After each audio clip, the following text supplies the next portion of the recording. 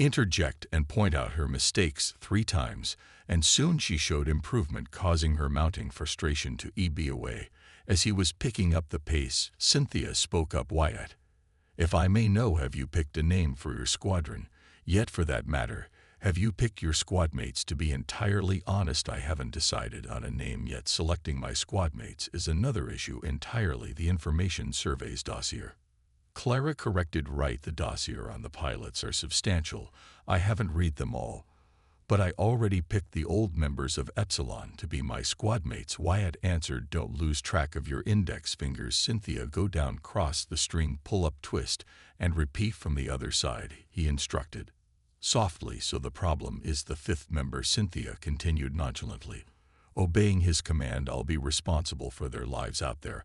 I can't just pick anyone at random," Wyatt replied. "The last thing I want is a repeat of what glory-seeking fool of the Bacchus Reed caused, at least with Gregor and Leopold. I have seen what they can do during a battle. Granted, it's just one battle, but that's more than what a mere infer dossier can tell me." He let out a mirthless chuckle. "It's frustrating, confusing, and annoying. Welcome to the world of command, Wyatt.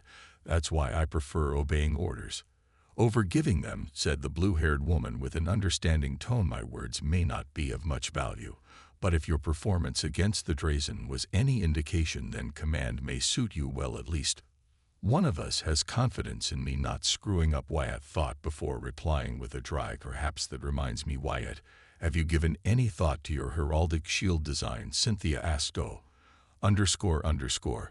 I totally forgot all about that." Wyatt put on his best nonchalant expression before answering. "I haven't had much time to think about it, Cynthia. Commander Redford gave me this task yesterday, and I have yet to finish it. Regardless, I failed to see the value of a heraldic shield. What am I to do with it?" Before Cynthia could reply, Clara froze, and her 2 companions turned to see her and watched as her expression darkened. "My brother sent me a message. The traitor Frederick Anderson is dead," Clara said, her voice as cold as a glacier's exalted virtue. "Command bridge, how is this possible?" the prince asked as Juliana and Lukacs stood a few steps behind him. "We're investigating, my prince," Lukacs replied, "but I'm afraid that we will find nothing. No transmissions were detected, no stealth fields were uncovered, and the footage remains unaltered." Could it be possible that Frederick had a martyr device implanted within himself? The prince asked, his eyes closed, as much as he proclaimed that the army was the only true branch of the military that knew what honor is. He hardly made an example of it.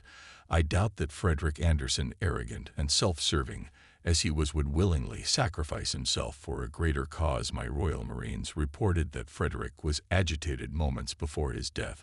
"I'm certain he was murdered, his secrets silenced and knowledge lost." My prince, Juliana added, her eyes narrowed and burning with righteous fury. "Can nothing at all be recovered?" the prince asked. His cerebral implants went haywire. His augmentation spiraled out of control in a way that destroyed them completely. His brain was liquefied inside his cranium, Mila, Lukacs explained. "There's nothing that can be retrieved. How this was done, I know not. It is the first time I've heard of such an execution method. It can't be easy to do, or whoever killed Frederick would have killed us before. There had to be certain conditions for this to be possible," Juliana reasoned. "What are your orders, my prince?" "Conceal this information. If news about Frederick's death reaches his house, then it may push them to side with Duke Dremore. Patrick Anderson will not be happy, and he will surely demand answers. Freeze his body at the very least. We shall return his corpse to his family." The prince ordered, "Send Milcades to the Nor Navio. His services are no longer required here." "As you command, my prince," Lukacs replied. "Admiral, how long until we reach Matcha?" the prince asked. "2 more jumps, your majesty," Damon replied from his seat. "The reports from Redford indicate what we suspected. Finnegan forces are focused on their borders and entry points. We have been largely undetected, and reports indicate that our arrival at the Felicity system will go without further delays. Our warp signatures have been picked up by patrol and civilian-grade ships, but they have avoided contacting us so far. Communication silence protocols are in effect and have proven effective." The aged admiral paused for a moment before continuing. "I can only conclude that the Khan Trader and the Third Fleet renegades have no More of those black ships at their current disposal, more likely they're preserving their strength for the battles to combat, or they are busy skirmishing against Finnegan forces. Juliana added, my prince, if I may aren't we being too paranoid? We're in friendly territory. You should announce your presence so that Amelia knows you are close. I'd rather be labeled as paranoid over losing more ships and lives in a surprise assault, the prince replied. Lukács, any further developments regarding the captured black ship? Nothing new to report, my prince. Our engineers and technical specialists are certain they can effectively reverse engineer most of the ship's systems and technologies. They won't be perfect recreations, but any gunship, frigate, and corvette-class ships will be able to be retrofitted and upgraded once they are done performing their investigations and running tests.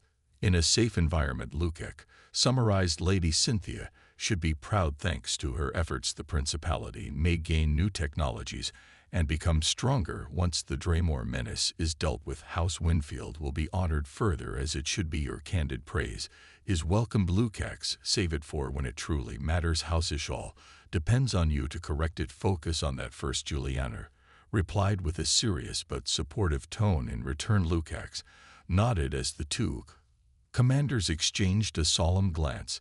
The arrogant Castans gifted us invaluable prizes, the prince agreed. They have cost my uncle dearly. A powerful destroyer-class ship that is equivalent to the exalted Virtue itself in terms of firepower and surpasses it in almost every other regard. Most importantly, the secrets of these black ships will be a boon to us.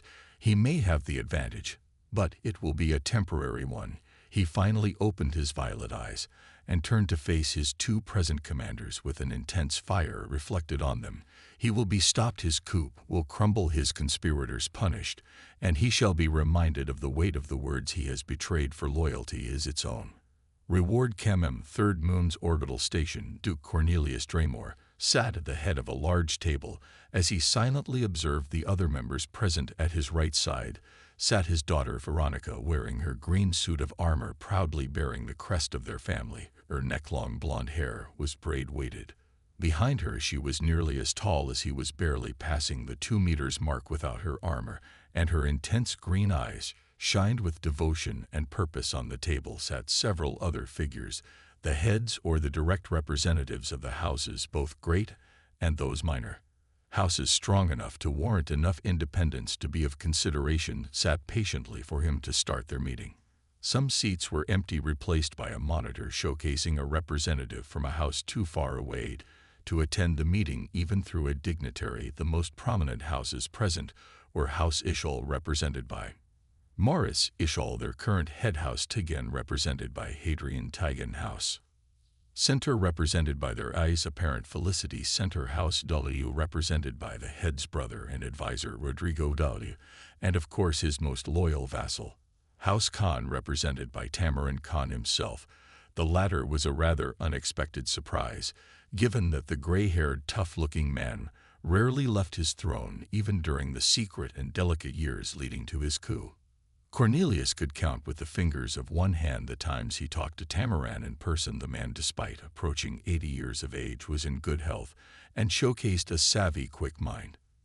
Just how much have you spent on cyto-rejuvenation treatments? Cornelius asked himself as Hadrian and Tamarin both Maurice's shot glares at each other. It was no secret that their houses were ancient rivals, but now that House Tigan had sided with him, they were forced to tolerate each other, at least in his presence. We've waited long enough, the Duke announced, breaking the silence. Let the reunion begin. Veronica followed suit without missing a beat. His regal majesty, Lord Regent Cornelius Draymore, is present. Everyone bow your head, she commanded fiercely, and with intense conviction, as was tradition. Every noble present straightened up and bowed their heads respectfully, officially acknowledging the Duke as their superior, awaiting his orders to proceed. I thank you all for attending my call, those present and far away, he began with a soft, diplomatic tone. All the present rose their heads and turned their attention to him. I will be blunt and avoid spouting flowery prose. I am Lord Regent.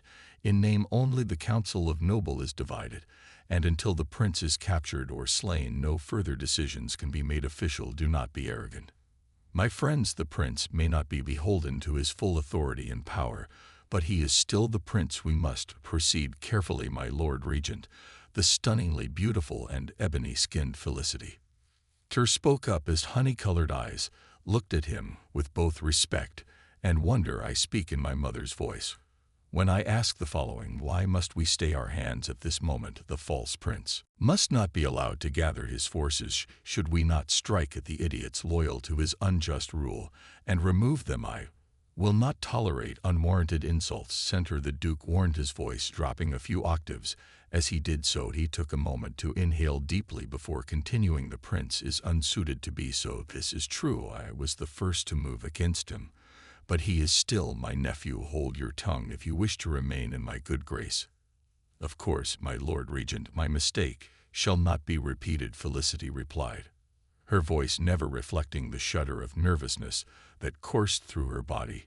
She turned to Veronica and barely managed to suppress another shudder when she noticed the murderous glare she was giving her. Cornelius noticed the exchange and placed a hand on his daughter's shoulder, calming her down. As for your question, I answer as such: this is not a civil war, nor will I allow it to devolve into such a conflict. This is a struggle between houses, a dispute of succession, nothing more. The prince is to be removed from his position through one means or another, but not through outright war. A most commendable goal, my Lord Regent. Tamarin fawned, his voice solid and flattering. However, I must ask, can such a thing be prevented? The Winfields in House Valto are currently locked in their own territories. This is true, and without the full might of their forces, we stand the upper hand. But House Finnegan is another matter. My house forces, and those of the Third Fleet under the wise leadership of Fleet Admiral Tygan, have made lackluster gains, so far as I'm aware. Cornelius groaned internally after hearing the devious words of his most loyal vassal. Thankfully for him, it was Veronica who made her voice known next. Oh, Marcus Tamar and Khan, you speak as if you know something that we do not, Veronica said. Eyes narrowing, Tamarin's expression fell and was replaced by one of shame, and he shook his head slowly a few times before replying, it shames me in my house to speak of the following blunder, but it must be said now. That caught Cornelius' attention. A quick glance with Hadrian and Morris confirmed that they knew not what Tamarin was speaking of. Proceed. He allowed, it is with great shame and humility that I must inform you, your lordship, that my beloved nephew, Viscount Samuel Khan, acted on his own accord. Tamarin began with masterfully honed prose. At Ninra, he decided to engage the prince's fleet with his forces. Another relative of mine died, Baron Linaro Ken, in that battle, losing the battle cruiser the Rifle Path with all hands alongside its small support escorts. He stopped for a moment, struggling to continue out with it. Hadrian demanded with a stern, impatient tone.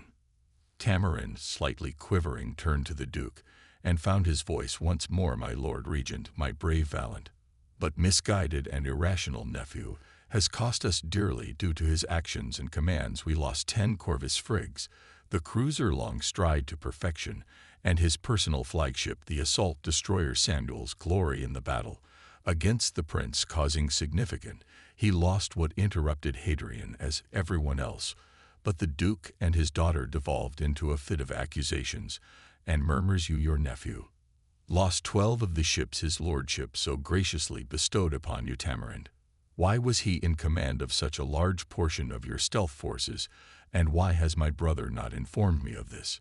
Yet Tamarin glared at Hadrian for a moment before responding. Before I was so rudely interrupted by the demented wailing of an oish buffoon, I was about to explain that Hadrian. He paused to clear his throat, then continued. Samuel's actions caused numerous casualties across his fleet, nearly crippling it entirely. However, their survival allowed them to hunt the informants and agents in their midst. The QC was lost and used as a lure to distract the prince and his followers. Nothing more is known. It is possible that Frederick Anderson was captured and quite possibly executed. Preposterous. Not even the pretender prince would dare. What more proof do we need that he is unfit? He seeks war.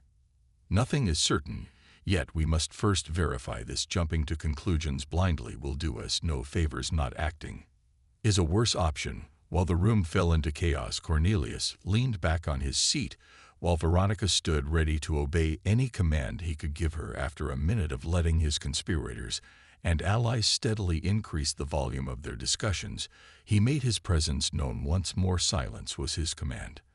And everything came to a halt. I shall deal with that problem later. And in private, Tamaran Rodrigo, how are your house's efforts against the Colons performing? We have successfully put them in a stalemate, my Lord Regent Rodrigo. A handsome, mature man with black hair, yellow eyes, and a striking black beard replied, his voice deep and booming. Elements from the 1st, 4th, and 7th Fleet have taken refuge within their territories, and we've received reports that at least a dozen of their world are experiencing revolts after our agents successfully herded commoners to cry out. In your favor, your lordship, similar success has been found on Volto territories, my Lord Regent. In fact, several lesser and a few insignificant minor houses have declared themselves in your favor, with a vast majority retaining neutrality. Only their most fervent and loyal vassals and banner leaders have sided with House Volto in void combat. We found some ships belonging to the renegade fleets, and we've kept them from gaining strength. The capture of the battle cruiser Purest Excellence was successful 2 days prior. House Center guile and loyalty, Lord Regent, are at your service. You may expect nothing more than further success from us. My La Felicity boasted with a sultry, coquettish smile. Cornelius ignored her vulgar attempt at seduction and carried on with what truly mattered. What about House Winfield? He asked, though he already knew the answer to that one. Our infiltration, his attempts have been less than ideal, but we've managed to detect a rather alarming concentration of renegade Royal Navy ships across the systems.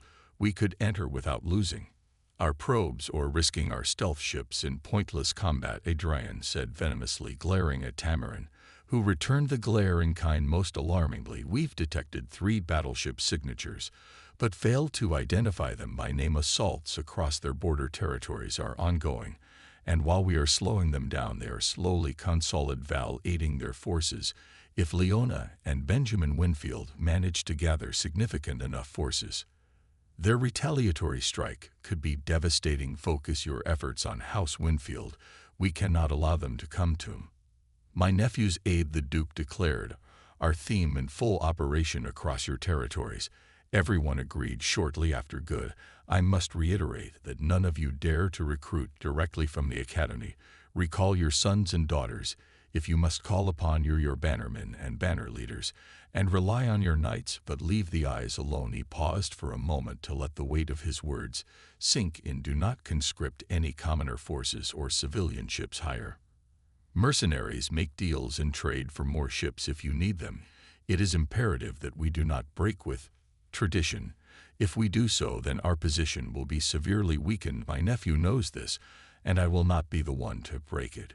We must not allow this conflict to escalate and spiral out of our control, Cornelius stated firmly, his Baron voice drilling into the heads of everyone present. Physically or not, we understand, my lay. Your desires and vision shall be followed and obeyed to the letter. Hadrian replied solemnly, my la, if I may, what are we to do about the commoner filth that dare protest against you? Rodrigo asked cautiously. Many protests have been quelled, but as news spread across the principality, many houses may be pressured into siding with the pretender prince if the rebels' voices get too loud. Cornelius gave everyone a short-lived glance before replying, his posture firm and his voice eloquent. They are your subjects to deal with. Suppress them, however.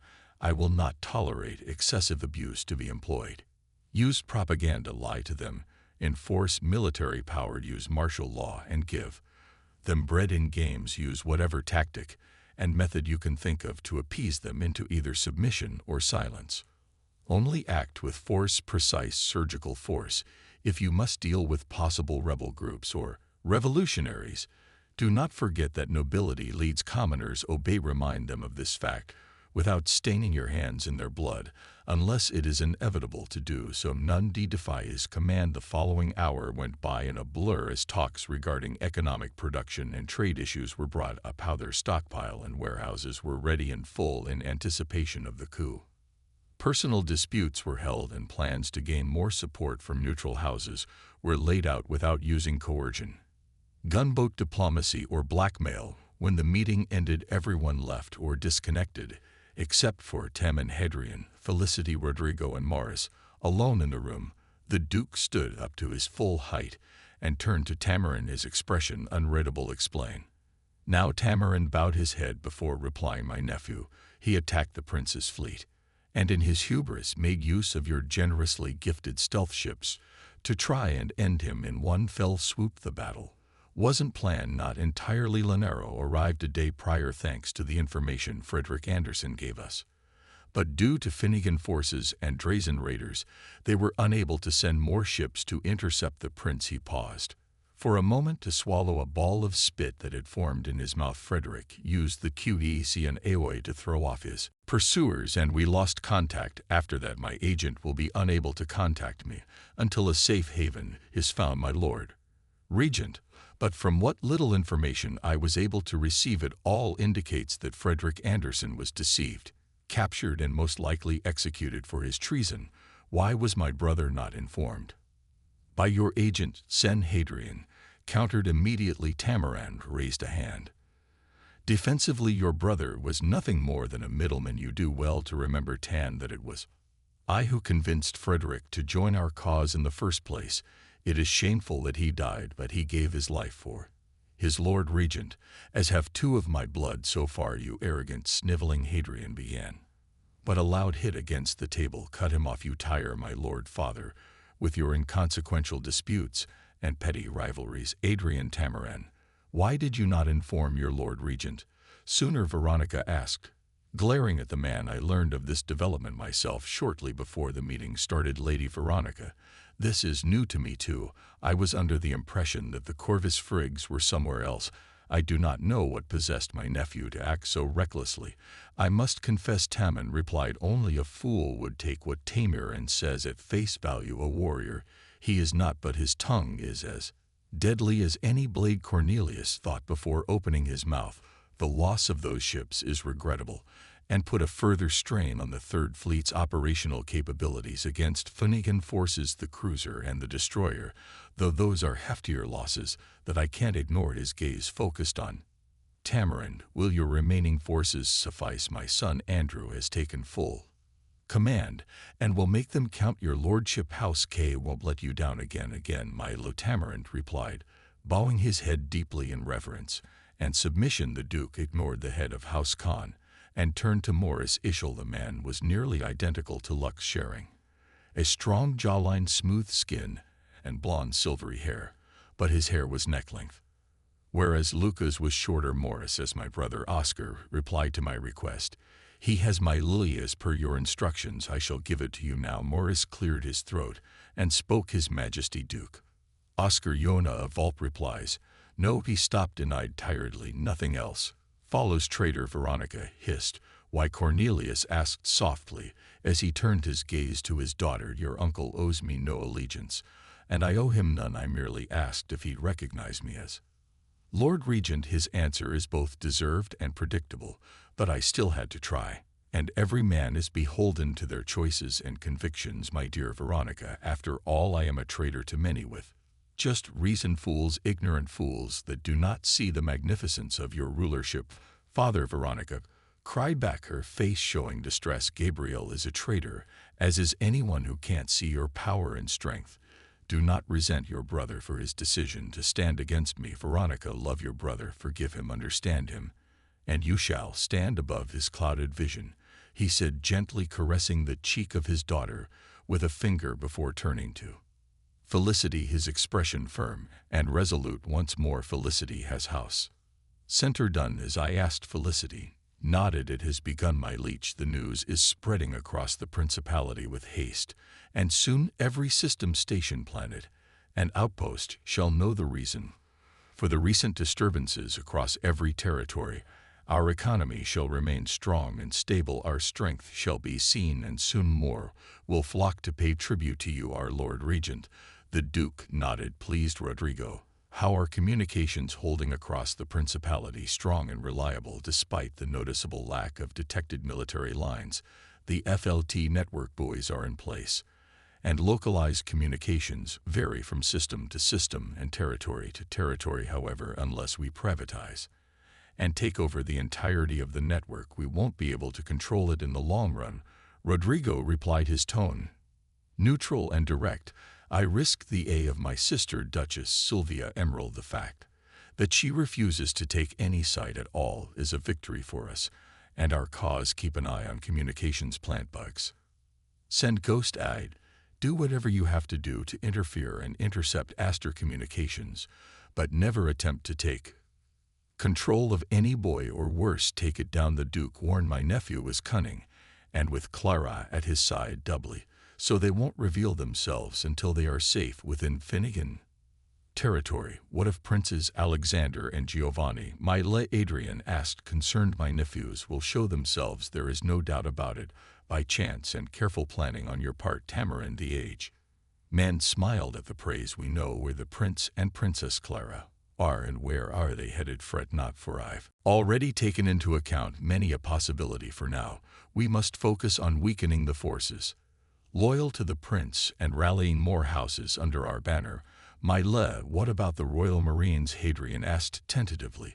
They will never join our cause, and over 50 are protecting the false prince. What about them? Cornelius asked, dismissing the vast majority of them are trapped within House Aster territory, with most of them planet-bound on Oriev itself. They are fierce and dangerous. This is true, but if they can't reach us, they are a non-factor. My forces are in control of every shipyard, anchorage station, and important world in Aster territory. The capabilities of the prince are limited, and we will chip at him until he is captured, removed, or forced to recognize me as regent. Officially, our victory is assured. Strong is the hammer of Draymore. Loyalty shall be its own reward. Strong as the hammer of Draymore, everyone chanted after the Duke Nornavio. Redford stared at his monitor for several moments before looking up at a nervous Wyatt Staples, then back at his monitor before crossing his arms. Is this what you'd consider a joke? Wyatt blinked in confusion. No. Is something the matter, Commander? Redford kept a firm gaze on Wyatt for several seconds before sighing in frustration and rubbing the bridge of his nose. Wyatt, to an extent I can understand why you'd choose such a name for your squadron. But this, he said, turning his monitor around to show Wyatt what was on screen, I will not allow this travesty to be your heraldic shield. Lieutenant, what's wrong with it? Wyatt thought as he observed his design. After the news Clara had delivered, thoroughly destroying the day of relaxation she had been looking forward to, she dismissed him, letting him return to his duties. He read the remaining dossier, and after careful consideration he chose his fifth squadmate, chose a fitting name for his squadron, and finally spent hours designing his heraldic shield before going to sleep. As his morning started, and before he had to go to the gym area to begin his exercises in preparation for his torture session, disguised as training, he went to Redford to present his choices to him. His commander had approved of his fifth member, a skilled but problematic lesser noble by the name of Raquel Otillo. Excellent grades and outstanding scores, but with a fierce competitive attitude that often led her to come to blows with other nobles who snubbed her. He had even begrudgingly accepted the name he'd chosen for his squadron composters in honor of what he'd been sent to do, and as a subtle reminder to himself of what he was despite his ennoblement. I'm a knight banneret of House Aster. I'm a noble. I'm a bloody blue blood. Now my parents and brothers aren't going to believe me when I tell them. Wyatt thought before turning his attention back to his commanding officer. Commander, I don't understand what I did wrong. Of course you didn't, Redford replied, sounding almost exasperated. Listen to what I'm about to say, Wyatt. Even if you weren't a knight banneret at the service of House Aster and under the direct orders of her ladyship Princess Clara, this, he tapped the monitor with a finger, would not be acceptable in any measure. This, Wyatt, is an abomination. That you've chosen the name composters for your squad has drained any hope I had left in me that your naming conventions were a mere fluke.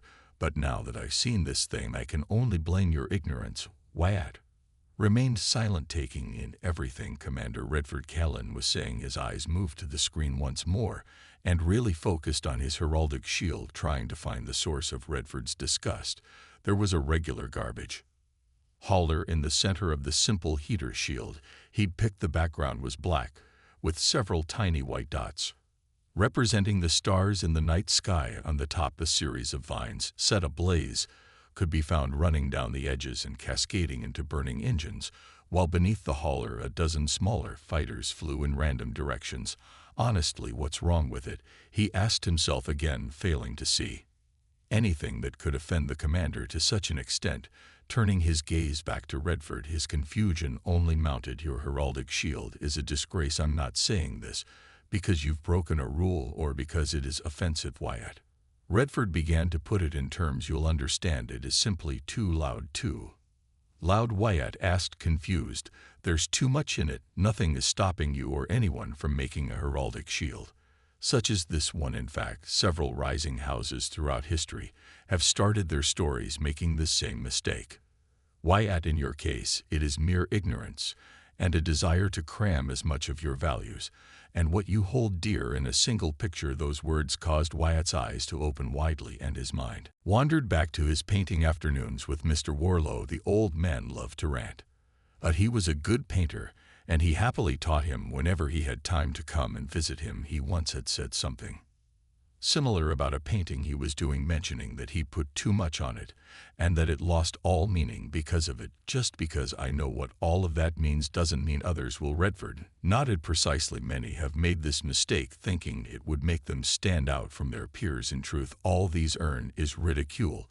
And for you, Lieutenant Wyatt Staples, this is far more important. For you will not showcase yourself and your net house, but you are to represent your princess and House Astor as a whole. Your deeds will reflect upon the honor, renown, and name of House Astor, and directly on that of Princess Clara. As such, your heraldic shield must be simple and easy to recognize and showcase your greatest features. A promise, your mot, or your greatest virtue. Redford's eyes flashed for a fraction of a second, and the screen shifted to showcase a type of shield that he vaguely recognized as a scotum. The background was red with a gold trim. There were two white strings or some sort of parchment, he wasn't sure, with the words "Ever Vigilant, Ever Faithful" etched into them in golden letters. In the center of the shield itself, a black bird of some sort was on display with its wings open and 3 silver stars above it.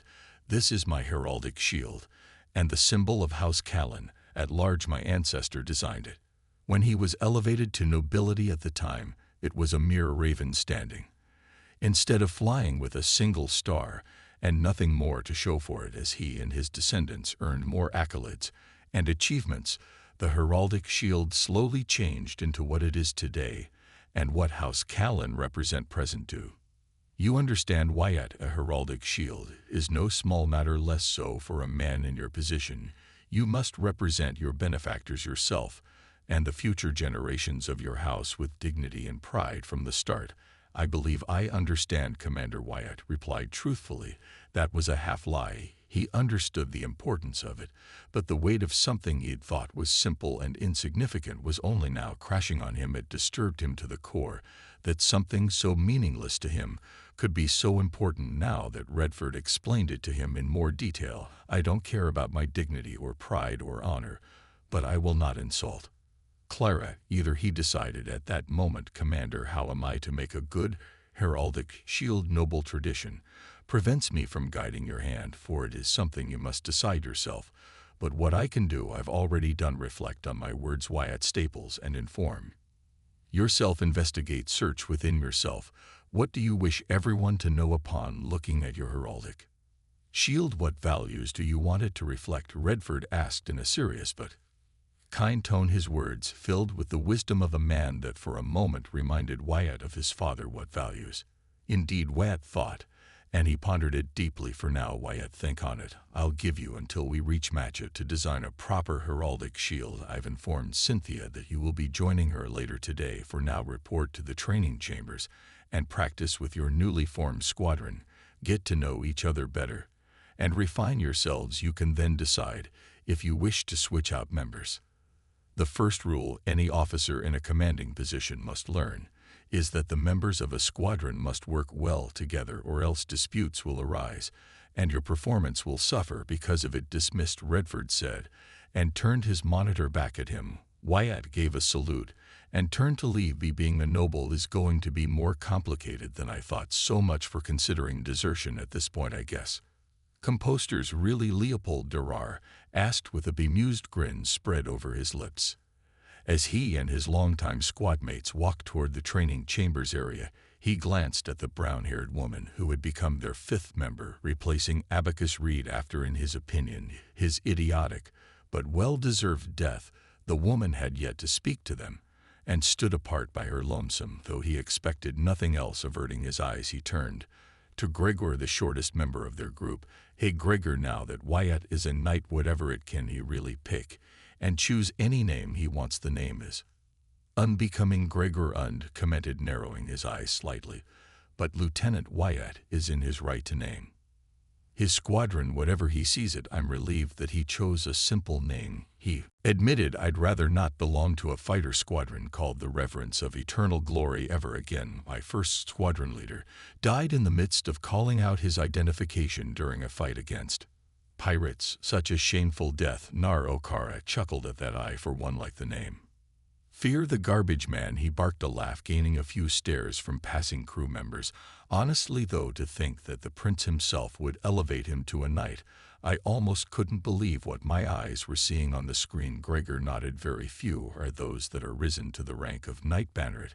I must confess, I am rather envious of Lieutenant Wyatt's position and circumstance. Leopold let out a whimsical sigh as his cheeks blushed. I do anything to be under the direct command of the princess and Lady Winfield. They're so beautiful, being near them would be payment enough. Gregor rolled his eyes, while Nar put an arm behind his neck. Easy there, commoner, come, you might get your eyes gouged out if you stare at them for too long. Nar barked out a laugh. Though you ain't lying, they are stunningly beautiful, more so in person. Can you keep it in your pants? Romantic fraternization must be kept at a minimum, you know this, and fantasizing about such high-standing ladies absurd, Gregor added, in a slightly annoyed tone. Have some fun once in a while, Unnage. We ain't hurting no one, and they ain't here to hear it. You should try to open up once in a while. It'll loosen that stick of yours. Leopold replied. Besides, you wish to be in Watt's position, don't you? He asked, with a mischievous grin. My sexual preferences and desires are none of your concern, Gregor said, blushing slightly. My envy comes from the fact that he is a Knight Banneret, and you're, what was it, a baronet, ain't that the same? Leopold asked. It couldn't be more different, you bumbling ignoramus, Gregor replied. Got to agree with Gregor here. Leo, baronet and banneret are entire star systems apart regarding how the noble ranking and structural system work.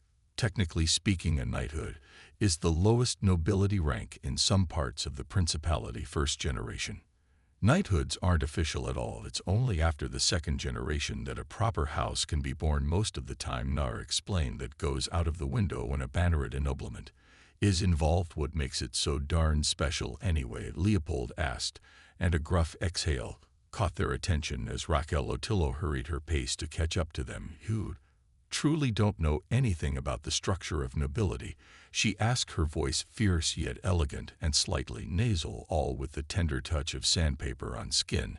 Hey, she talks, Leopold said, finishing with a chuckle and pointing a finger at himself. Lady, I'm a commoner. All I learned about nobility is that blue blood pricks like Unge over here are better than me, and I should always obey in all that dribble, so forgive my lack of knowledge. Gregor shook his head. I'm terribly sorry, lady. Raquel, my companion, is vociferously crude. Raquel groaned. I understood that much after hearing him speak the first time. Unnage. I'm not stupid, said the pilot before focusing her attention back on Leopold. Setting aside your ignorance and tongue, at least I can appreciate your attitude. Since I've grown tired of your rambling, I'll answer your question. In the societal structure of nobility, Unge outranks Staples, but in terms of importance and standing, Staples outmatches Unnage. Do you understand? Not really, Leopold replied. So Wyatt is beneath Gregor here, but also stands above him at the same time. How does that even work? Gregor hummed deeply. It is a rather simple matter, Leopold. A Knight Banneret can only be elevated if at least one of two possible circumstances are met. The most common is if a high-standing member of a great house vouches for a commoner pardoned exile or lesser noble to receive such a title, and in return 2 different royal houses. Give their favor and approval, he explained, raising a finger then another. The second is how Lieutenant Wyatt achieved his title to perform outstanding service to a royal house and have a member of royalty vouch in his favor, saving the life of Her Majesty Princess Clara, would be enough to at least consider such an honor. His performance as a pilot in both simulations and actual battles showcases his talent and skill, and his aid in uncovering the traitors within the fleet firmly cemented his elevation. I understand that, Gregor. What I want to know is what makes his title special. You seem to want it for yourself. If you could, Leopold countered. Can't say I blame Gregor for it. Heck, I'm pretty. Raquel Otillo, she was pretty, he had to admit. Her bronze skin, brown short hair, gray cybernetic eyes, and fair facial features surely turned heads her way. She was slightly taller than him, perhaps by an inch or two, and her build was sturdy, strong, but retaining a measure of flexibility. All right, Nar Leopold Gregor, this is the first time we've had a chance to talk after the trial, and now I can properly thank you all of you for speaking on my behalf. I deeply appreciated. My honor demanded it, for it was the right thing to do, Sir. Gregor answered, and missed the chance to stick it up to a reed. Don't mention it, sir. It was my pleasure, Nar said with a dismissive air to his voice. I only said what was true, no more no less. We common or scum have to stick together, right? Leopold finished with a wink and a cocky smirk. Wyatt smiled internally as he raised a hand. I'm not a commoner anymore. It feels so wrong to say that. Still, he shook his head briefly. Raquel Otillo, I'd like to welcome you to the newly formed Composters Squadron. I shall be Composter 1. Nar, you'll be Composter 2. Gregor, Composter 3. Leopold will be Composter 4. And Raquel, our newest member, you are Composter 5. All right, Wyatt, so far so good. My hands are shaking, and I feel something coiling in my stomach. Why does this feel so damn different? Wyatt asked himself as he tried not to fumble over his own words. By order of Commander Redford Kellin, we are to be the veteran fighter squadron of the Nord Navio, under the service of Princess Clara herself. I will tolerate no disputes, nor will I accept any excuses. Understood, sir? Yes, sir, the 4 pilots replied. This is harder than I thought. Keep your composure, Wyatt. You already led Epsilon Squadron before. There shouldn't be any great difference. He paused for a moment, feeling his heart pound hard against his chest, threatening to burst out at any second. Then why am I feeling like this? What's wrong with me? He thought as he moved his hands behind his back to hide his trembling. If we are to be exemplars, then we need to work together in tandem. I've read your INF dossier, and I have chosen you due to your experience, skills, and teamwork. Raquel, you and I are the odd ones out. Most of my combat experience comes from routine patrols, and now the training chambers. Your combat experience is more extensive, but your tendency to seek fights with others must stop. Or am I to seek another member? Wyatt asked as firmly as he could manage, but he couldn't stop a slight tremble from escaping. As long as I am not antagonized unfairly, Raquel replied, then added after a moment of hesitation, sir. Suddenly feeling heavy and hot, Wyatt nodded. For the next 2 hours, we shall train in joint simulated scenarios so that I may assess our combat effectiveness. We'll enter a training chamber each and link together for that purpose. Let's do our best, he said, not knowing how else to end his order. Turning to the nearest training chamber, he grabbed his data pad and made his way into it without turning to see his squad members. I can do this. I've led patrol shifts before. I've been on my own hauling compost, and I led a squadron during a battle. The simulation shall be easy in comparison. I can do this. Leading won't be difficult. I even commanded the Norio against the Drazen. I can do this, Wyatt reassured himself before putting on his helmet and sitting on the chair. The systems came to life, and after a few seconds of getting used to the feeling of the chamber, he made his choice. As soon as the others linked with his system, it was time to begin. No, Nar, take out the satellite to the left, Wyatt ordered as the chaos around him unfurled. Sir, I don't have any missiles left, Nar replied, and the drones are chasing me. Raquel, support Nar, Wyatt ordered, barely registering that a drone tore at his shields, nearly deppling them before he could respond, and turned the drone into punctured slag. Not possible. I'm going down, I'm going. The connection died as her fighter exploded.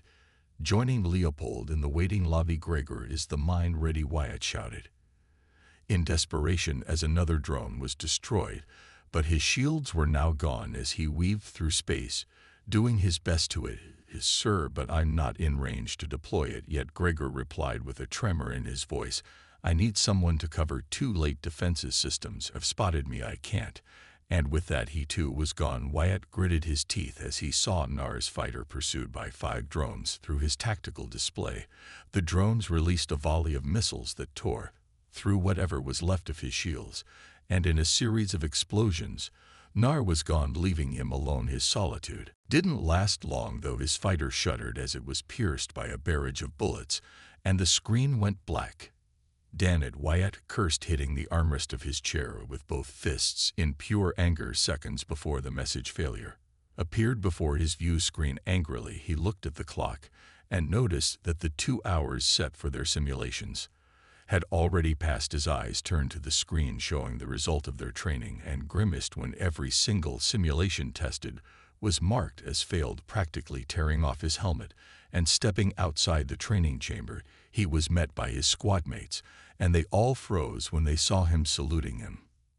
Stand down, he said, and moved to a nearby bench. Sitting there for a moment, allowing his frustration to peel away. A whole minute passed in silence with his squadmates standing near him, but refusing to leave or even talk. Then he realized his mistake. All right, I'm terribly sorry. You're dismissed. You may tend to your other duties and schedules. I'll review the data later, sir, the 4 of them replied before leaving him. The pilot watched them go and noticed them talking and murmuring. Once they were outside his hearing range, great, I somehow screwed up so much that they are going to think I'm some sort of liar, he thought as a groan escaped his throat, and a headache assaulted his brain. Standing up, he walked out of the room and made his way to the gym, walking aimlessly as his head pounded. His heart raced in his chest, and he felt cold, like he was shivering across his entire body. His legs felt weak, his shoulders heavy.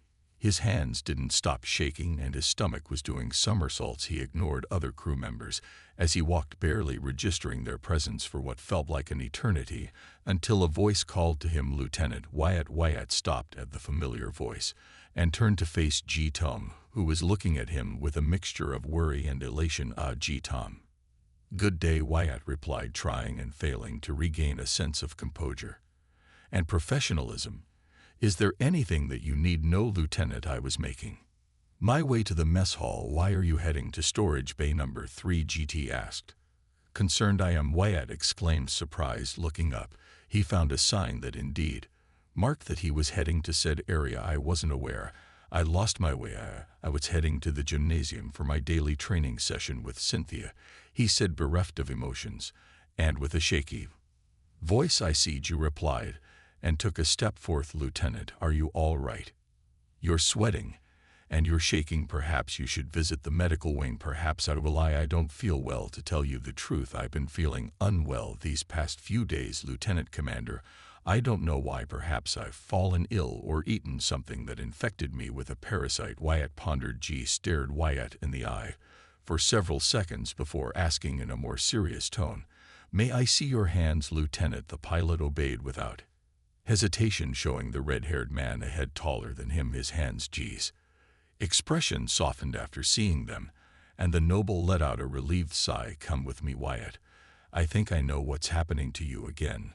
Wyatt obeyed instantly, and for some reason it made him feel better. He followed GT for several minutes into the storage bay, where small drones flew by and regular crew members went on doing their duties, stopping only to salute them as they walked past them. GT led Wyatt to a more secluded area of the bay and sat down on a sealed box. Wyatt did the same, sitting next to the red-haired man. What's happening to me? Wyatt asked a second later, bringing up his shaking hands. I feel as if I could fall down at any moment. Am I sick? G shook his head and gave him a reassuring smile. You're not sick, Wyatt Staples.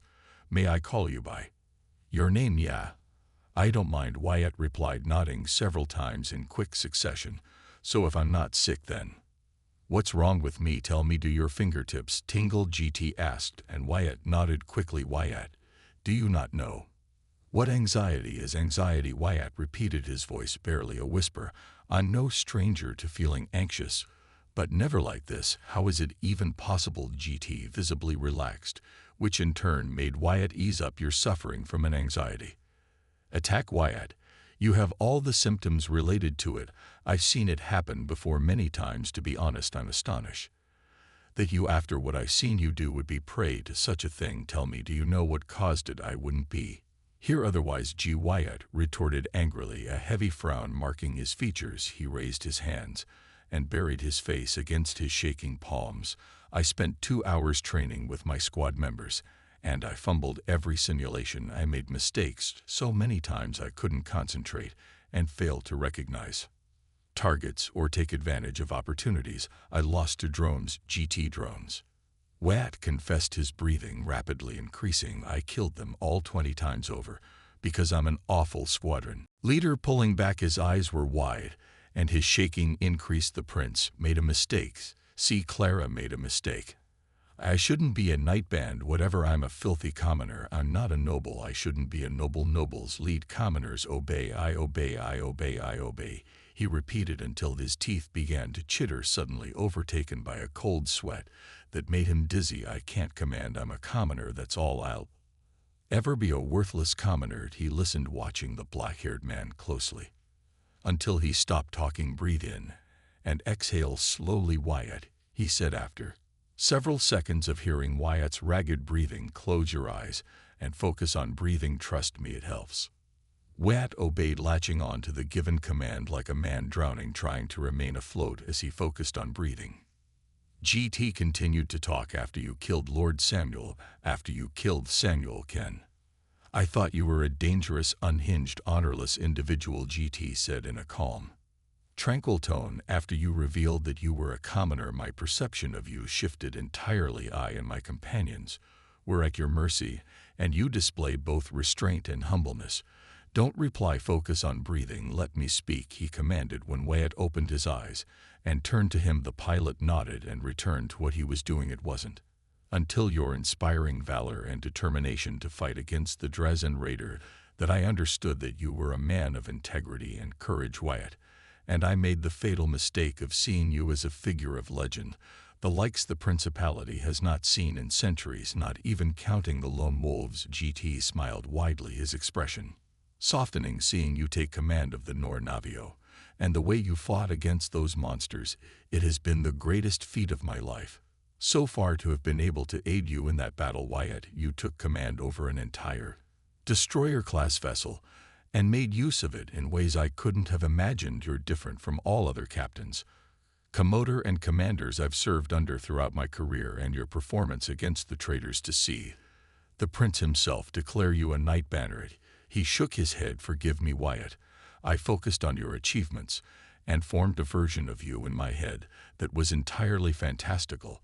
I forgot that you are a mere human, just as I am. Wyatt listened intently to G's words, each sentence forcing down the awful sensations and feelings he was experiencing. I feared for your life. This is true. You spared my life and gave me a chance to see my daughter again. You risked your life, not just for me, but for my surviving comrades and friends, when you didn't have to, even going so far as to defy the orders given by Princess Clara herself. Samuel did his duty, you did yours, but your motives were entirely different. For that, Lieutenant, I thank you. I thank you for saving our lives. G paused for a moment to take a deep breath through his nose. When I was younger, merely an NNAB botched assault on pirates turned A. We were boarded. I should have died that day. Instead, a commoner from the Auxilia sacrificed herself to save my life. I didn't know her. She didn't know me. She just performed her duty as what was expected of her. But I didn't see it like that. From my childhood, I was taught that the commoners were beneath us nobles, that our bloodlines, intellect, power, influence, and wealth were far superior, and thus commoners lived to serve us above all else. Nobles lead commoners. Obey, a core tenet of the Principality, is it not? G let out a tired, sad laugh. And here you are, a commoner, a refuse and compost hauler turned knight banner. The red-haired man let out another chuckle. Wyatt, You may not believe me, but nobles and commoners were not that different. We're humans, all of us, regardless of our standing and our societal rules. We're human at the end of the day." Wyatt opened his eyes and his mouth went agape, wanting to protest, but his brain beat him to the punch. How many times had he sneered at prim, holier-than-thou nobles? How many times had he compared their skills against his own back at the academy? A noble could die as easily as a bleed like one, struggle like one, even if their struggles were not the same. He closed his mouth, and his racing heart began to slow down. The tingles faded, and his shaking hands slowly but surely came to a halt. "But I failed," the pilot countered. "I failed to lead them." "Effectively, did you?" asked, bemused. "From what I've learned, you didn't fail to lead Epsilon Squadron in battle, nor did you fail to lead the Novio in the battle against the Drazen. So what's different now? Is it because you're a noble?" "What changed?" Wyatt asked himself, as his headache became less and less prevalent, and he could feel his usual calm, collected mind return to normal. "The change is that I'm a noble, but what does that really mean?" "Clara thinks I'm valuable. Redford is teaching me how to be a commander, giving me my own squadron to lead and oversee. I'm sure that means that he'll put more duties on me in time, which means he has a measure of trust in me now. The prince elevated me. He even came to see me in my cell personally. And Cynthia is training me, teaching me what she can for whatever reason I can't see. But she does it anyway. I'm not worthless, am I?" He asked himself, feeling that same wave of calm and relaxation he felt the first time he thought that it could be a possibility. G placed a hand on his shoulder and offered a reassuring smile. "It won't be easy. Command and leadership are difficult things to perform correctly, and everyone has their own way to do it. Some lead through fear, some stick to the rules and traditions, refusing to deviate from them. Others don't even bother with it themselves, always delegating their duties to their underlings. Some learn how to do it, some are naturally talented, and some lead through example. It is up to you to decide what type of commanding officer you'll be." Wyatt nodded slowly. I think I understand, G. Thank you. I feel much better now," he finished with a heavy but relieved exhalation. "I don't suppose you have some advice for me?" "My only advice is that you must always remember that there will be lives under your charge, and that you must do your best to avoid losing them needlessly. Let your peers see your values and best traits portrayed through your orders, command abilities, and your decisions. Never be afraid to ask for a second opinion, but always be firm in whatever decision you make." His eyes narrowed warningly.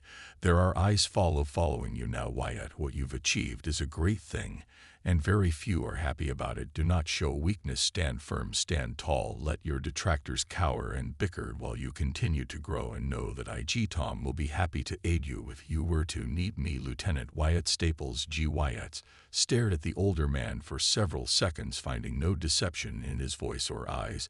Then he smiled. "Thank you for everything." With nothing more to say, the two men left the storage area, and with a final firm shaking of hands, they went to their original destinations.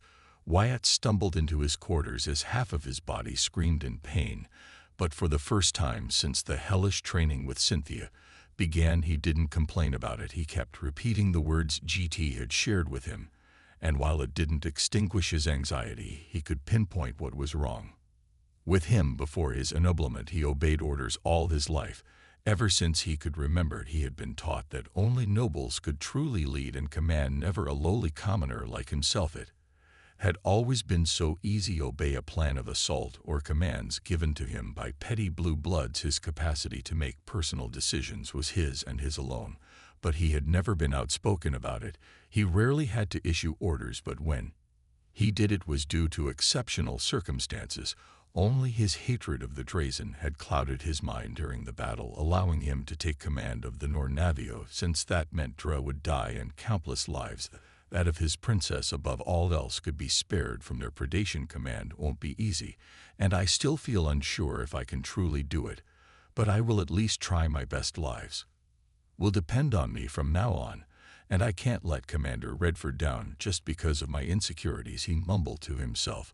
And just as he was about to remove his uniform, he noticed a small basket and a data chit resting on his nightstand. Cautiously, He removed the cover from the basket and smiled when he saw a selection of pastries and other baked sweets he had come to love. "Thank you, Clara," he said softly before turning his attention to the data chit, wondering what it could contain. Deciding that he could shower later, he grabbed a delectable chocolate cake from the basket, sat on the edge of his bed, and picked up the data chit, connecting it to his personal data pad. His eyes went wide when he saw its contents. His shower was pushed back for a few hours more. Wyatt stood once more before the aged Commander Redford, awaiting his verdict. After several seconds that felt like ages, Redford let out a deep hum of approval and a single nod. "I approve of it," he finally said. "I shall send it to Princess Clara at the end of my duties as captain. She will decide if it is ultimately adequate or not." "Wyatt, however, how are you able to correct your errors so quickly?" "We won't reach the jump point until tomorrow, and then it will be another 2 days of trav before our arrival at Matcha. You still had time to work on your heraldic shield." "I spent several hours thinking and reviewing data after my shift ended," Commander Wyatt replied firmly. "I think my chosen design speaks of who I am and my best traits." The commander shook his head slowly. "I have a keen suspicion as to who aided you in making a proper choice. Regardless, I find no faults with it, and it was done by your own hand," Redford replied with the ghost of a smirk on his lips. "Now that this issue is resolved, I wanted to ask you about the results your squadron obtained yesterday. You seem to have a proclivity for going above and beyond, Lieutenant Wyatt. Staples only. In this case, your failures in the simulated exercises are so catastrophic that I struggle to remember a performance such as what I've witnessed." His eyes narrowed slightly. "What happened?" "Lieutenant, I made a mistake," Sir Wyatt replied without hesitation nor shame. "I was unwell. According to G-Tram, I was suffering from what he described as an anxiety attack. He confessed there's no point in lying to him anyway. Better to tell them things for what they are." He thought a moment before continuing. "I made several mistakes, caused multiple errors. I couldn't focus on anything, not even my own performance." Sir Redford leaned back on his chair. "Many would rather lie or make up excuses before admitting a fault on their performance. Lieutenant, you've shown me integrity, and I hope that you do not lose it as gain, experience, and renown," he commented, ending with an approving nod. "Have you identified your mistakes?" "I like to believe that I have, Commander. If there's anything you can aid me with in this regard, I'd appreciate it. I serve Princess Clara now, and I do not wish to embarrass her with piss-poor performances caused by my lack of attention and commoner ignorance," replied the pilot as he straightened a little more. "A good commanding officer listens to his subordinates, Wyatt. However, that doesn't mean that you have to rely on their opinions to make a decision. Never narrow your field of view, but remain firm in your choices. You will be obeyed because you are their leader, and many a fledgling officer falters in this regard for many reasons. First and foremost, the power and standing get to their heads, blinding them. I count myself as lucky that you lack that sort of ambition, yet your ignorance and lack of training are an equally fatal flaw that can thankfully be dulled, deformed, and forged into something worthwhile as you gain experience," said the gray-haired man. "Seek to strengthen those under your charge. Do you understand? Seek to strengthen those under my care," Wyatt repeated as he thought deeply about what Redford was trying to teach him. There was a message there, but he couldn't see it clearly. His cynical part spoke first. Why should he? Leopold and Gregor had helped him, sure, but ever since he returned home from that most terrible encounter with the Drazen, no one except his family and a few precious neighbors had helped him. How many times had he seen his fellow commoners kicking the proverbial ladder behind them just to stop others from reaching them? How many times had the news spoken about this or that noble house feuding with one another, or having their members found dead in tragic accidents? No one had helped him in the academy. Why should he help them at all? But as soon as those thoughts formed in his mind, he destroyed them with the precision of a burr of coil gunfire. Even if that was the case, which isn't, if we work together closely and become a solid unit, that will only make us all stronger and increase our chances of survival and victory as the Nor Avio's most veteran squadron. We must be up to par in service of Princess Clara. I will not disappoint her or Commander Redford." He frowned for a moment. "Think, Wyatt, what did you do wrong yesterday?" "Anxiety be damned. Where did I mess up? My orders were uncoordinated. For one, my attention was too divided to focus on anything, and I didn't trust them. Two, Wyatt's eyes widened as realization struck him, and he suddenly felt the urge to punch himself for his stupidity. I understand, Commander, he replied after a few seconds of silence. Redford nodded once in response. You are dismissed. Continue your training with your squad mates. I will expect a report on your observations regarding their faults. Their strengths and their aptitudes ignore their due, and use only what you can perceive, the aged commander ordered in a firm tone. Sir, Wyatt replied, saluting his commanding officer before leaving his quarters that apparently doubled as his office. The pilot then made his way to the training chambers area, all the while thinking over and over what he would say to his squad members.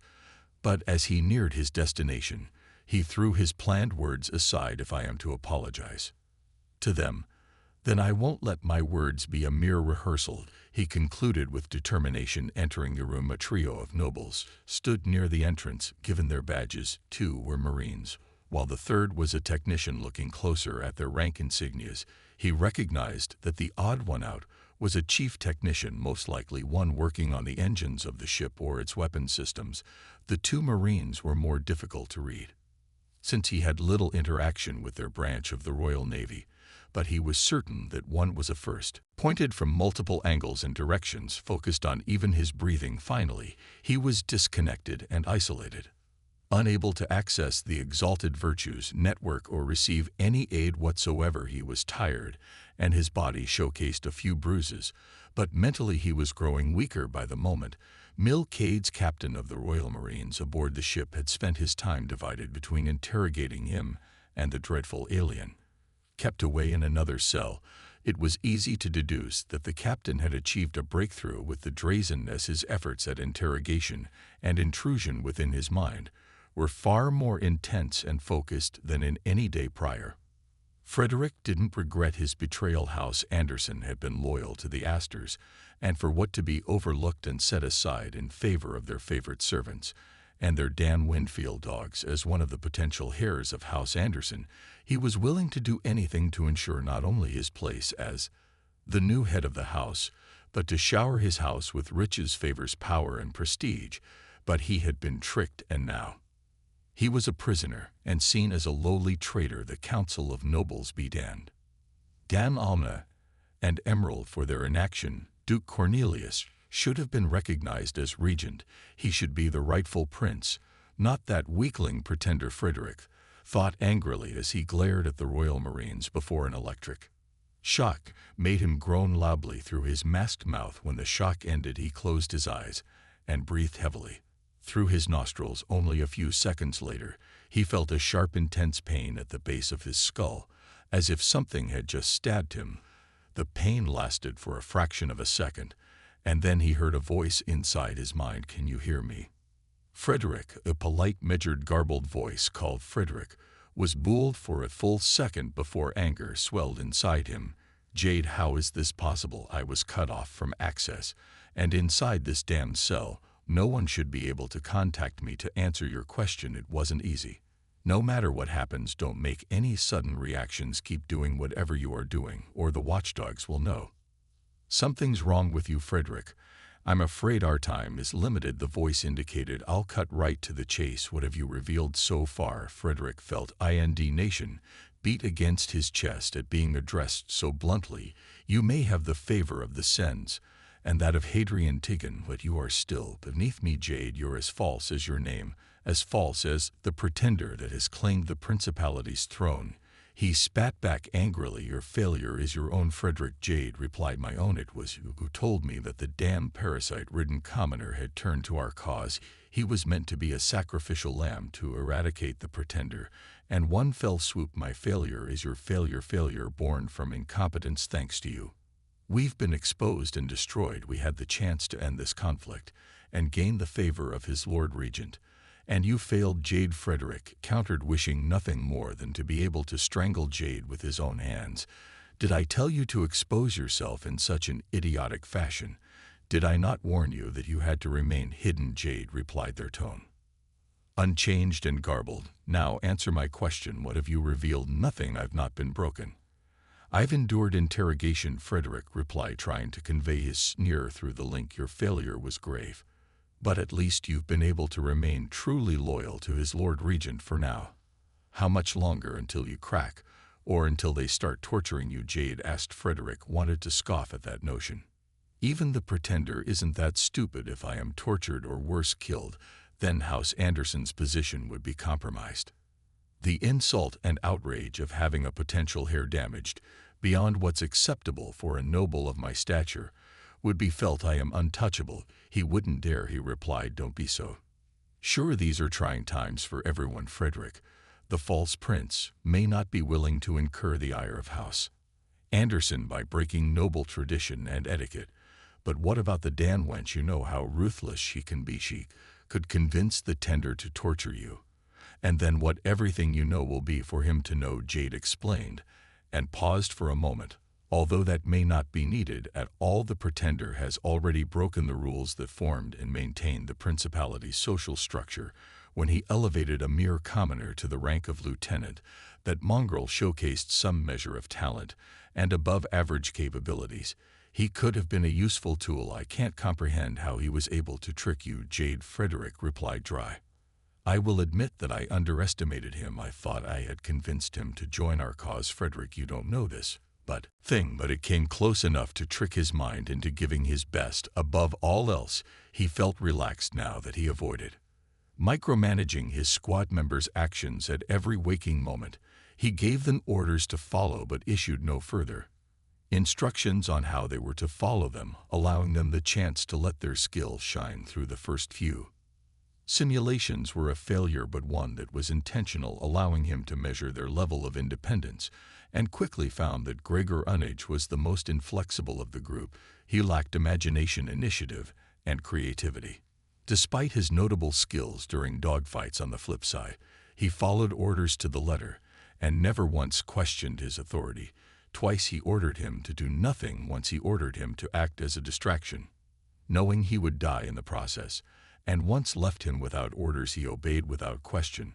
But in the last experiment he was utterly lost. He, however, had an aversion to any underhanded tactics, but still obeyed any orders given, hence why he had the slightly rotund man perform those same tactics more than the others. Raquel, who, much like her dossier indicated, was nearly the exact opposite of Gregor. She obeyed his commands, that much was certain, but she questioned his orders if she felt like her skills could be put to better use elsewhere. Her greatest strength came in the form of her quick maneuvers, her over-reliance on trickery, and her evasive skills. He liked that about her. However, she was brash and often overreached her objectives, always trying to be the one who scored the most kills. She was an active tactical mind and had the subtlety of one. He quickly learned that passive roles such as scouting or running silent were met with protests. Not to mention, she always volunteered to be the one to carry the most dangerous objective. He wasn't sure if her thirst for combat came from the need to be the best, or if she sought to shower herself in glory and honors. If it was the latter, then he'd have to seek a replacement. Seeing Leopold Dart in action was a surprise. He had expected his fellow black-haired, brown-eyed commoner to share his same values in combat. Obey orders to your best capacity, do your best to achieve victory, and make use of your advantages as much as possible. But no, to his surprise, Leopold wasn't a good fighter. He had the skill to dodge, evade, and run away from danger on point. In fact, he'd be hard-pressed to match him in those areas. But in actual fighting, he wasn't good at all. He preferred to stay away and use his missiles and his tactical mind to fight and make ambushes. He was also more adept at scouting and running silent, preferring those low-risk assignments. But the role he shone in was as a support wing. Every time he was forced to be alone, he crumbled and preferred to flee or hide. But if he had one or more partners, he provided excellent support, confusing the enemy, taking out missiles, and so much more. In one of the simulations, Wyatt remembered that Leopold had been at his side the most during the battle against the Khan forces, always ready to provide support. Finally, Nar Okara was another not-so-pleasant surprise. The greenish-haired man with a strong jawline was a man who excelled in hit-and-run strikes. Fierce and resourceful, Nar proved to be a headache to his opponents, often employing trickery, traps, and the terrain to his advantage, if available, using a haywire mine to simultaneously disable several dozens of drones during a chase through an asteroid field was a trick that had never crossed his mind. He made sure to remember and use it if the need arose. He was biased and preferred the use of tactical mines due to their versatile and destructive potential. But now he was beginning to see more value and many possible applications in the haywire mines. Sadly, Narera was to put it bluntly a show-off. Unlike Raquel, who craved battle, Nar boasted his skill and actively put himself in danger unnecessarily. Wyatt could feel the sting of irony given his track record, but his fallen noble squad member was worse. Sure, he put his life in danger constantly, but that was out of necessity, and he wasn't sure he'd survive his desperate ploy simulation or not. Nar seemed more preoccupied with doing risky maneuvers, drawing attention to himself, and more than once he had sacrificed himself for the sake of the mission when it wasn't even necessary. Gregor is too straightforward and tries to follow some useless code of honor. Raquel and enjoys the thrill of battle a bit too much, and probably is a glory seeker and has no problem voicing her opinions. I'll have to keep an eye on her, I think Wyatt thought before turning 2 drones into scrap and launching a missile to take down a third that was giving chase to Leopold's fighter. Leopold is better in a supportive role and would rather avoid fighting if necessary. Is it cowardice or mere survival? Can't be the former, or else he wouldn't be here at all. Nar is a wild card with a death wish. If his actions or anything to go by. Wyatt's train of thought was interrupted when he noticed Gregor's fighter come to life, quickly adjusting its trajectory and then burning toward the satellite. The PD turrets of the satellite were quick to act, but it was too late. Regardless, Gregor peppered it with a quick burst, taking out its shields before 2 missiles finished the job. The simulation ended moments later, earning a solid victory, and a smile spread across his face. It's not a perfect score by any means, but this time the failures were intentional, he said to himself, content that from the 20 varied simulations, 6 resulted in success. As he stepped out of his training chamber, his squad members were also doing the same and quickly rushed to stand before him, clearing his throat. He focused on them. Stand down. Our performance today was as it should have been yesterday. I'll review the data obtained for further analysis. Composters, you're dismissed, sir. The 4 pilots said in unison in a much firmer tone than the pre-PR day as they gave their leader a firm salute. As Wyatt watched them go, he gave out a deep mental sigh. Okay, I think I got what I needed out of them. So what am I supposed to do now? Gregor will be the easiest, but the others, what can I even do to help them improve? Wyatt questioned himself a moment before a voice came through his onoro implant. Wyatt, this is Cynthia. Our training shall be postponed. Present yourself bearing your combat armor in 1 hour. We shall focus on something else today. Combat armor, he muttered after hearing the orders of the blue-haired woman. My regular pilot armor is an actual combat armor, he said, and a sinking feeling emerged from his stomach. He was unable to suppress a chuckle escaping his throat before he made his way back to his quarters. When he arrived, he wasn't entirely surprised to find a set of actual combat armor, often used by officers, veteran Marines, and Ross units, lying on his bed. Much to his dismay, there was no basket in sight this time. I should have saved some sweets yesterday, he commented as he closed his door and locked it. The set of armor wasn't anything like the sort of armor Commander Redford Cynthia or the Royal Marines wore, but it was still better than the regular standard issue suits and armor enlisted commoners received, and even better than what low-ranking nobles could afford. Being a warrant officer at least ensured his equipment was slightly better, with his helmet being the best part of his armor. How am I going to pay for this? Wyatt murmured as he picked up the helmet and inspected it. Like the rest of the armor, it was largely dark gray, colored with only his name tag, rank insignia, the banner of the principality, and his badge denoting him as a pilot, breaking the otherwise dullness of the armor. Putting it on took only a few minutes since he was not in a hurry, and immediately felt the difference compared to his previous armor. The armor alone was significantly heavier as it provided more protection. See, without sacrificing his mobility, he jumped a few times, testing it out, each stomp echoing in his room with a heavy, solid thud. Activating his helmet's HUD, he focused on the left side and found what he was looking for. His shield was disengaged, but it at least doubled the capacity of his previous armor, not to mention that his new armor had a single dosage of biofoam and 2 combat stimulants. His stomach churned with discomfort as his treacherous thoughts assaulted him, but he managed to push back against them. I'm a commoner no longer, but I'm not a damned blue blood either. I'm Wyatt Staples, pilot of the Royal Navy, loyal son of the Principality, and Knight Bannerd of House Astor. Princess Clara shall not find me wanting, I hope, said the man as his sudden burst of bravado dwindled. Folding his uniform and storing it properly, he left his quarters and made his way to the gym where Cynthia was waiting for him. He would arrive early since he had nothing else to do in the meantime. Now that I think about it, I should go down the firing range and practice my shooting too.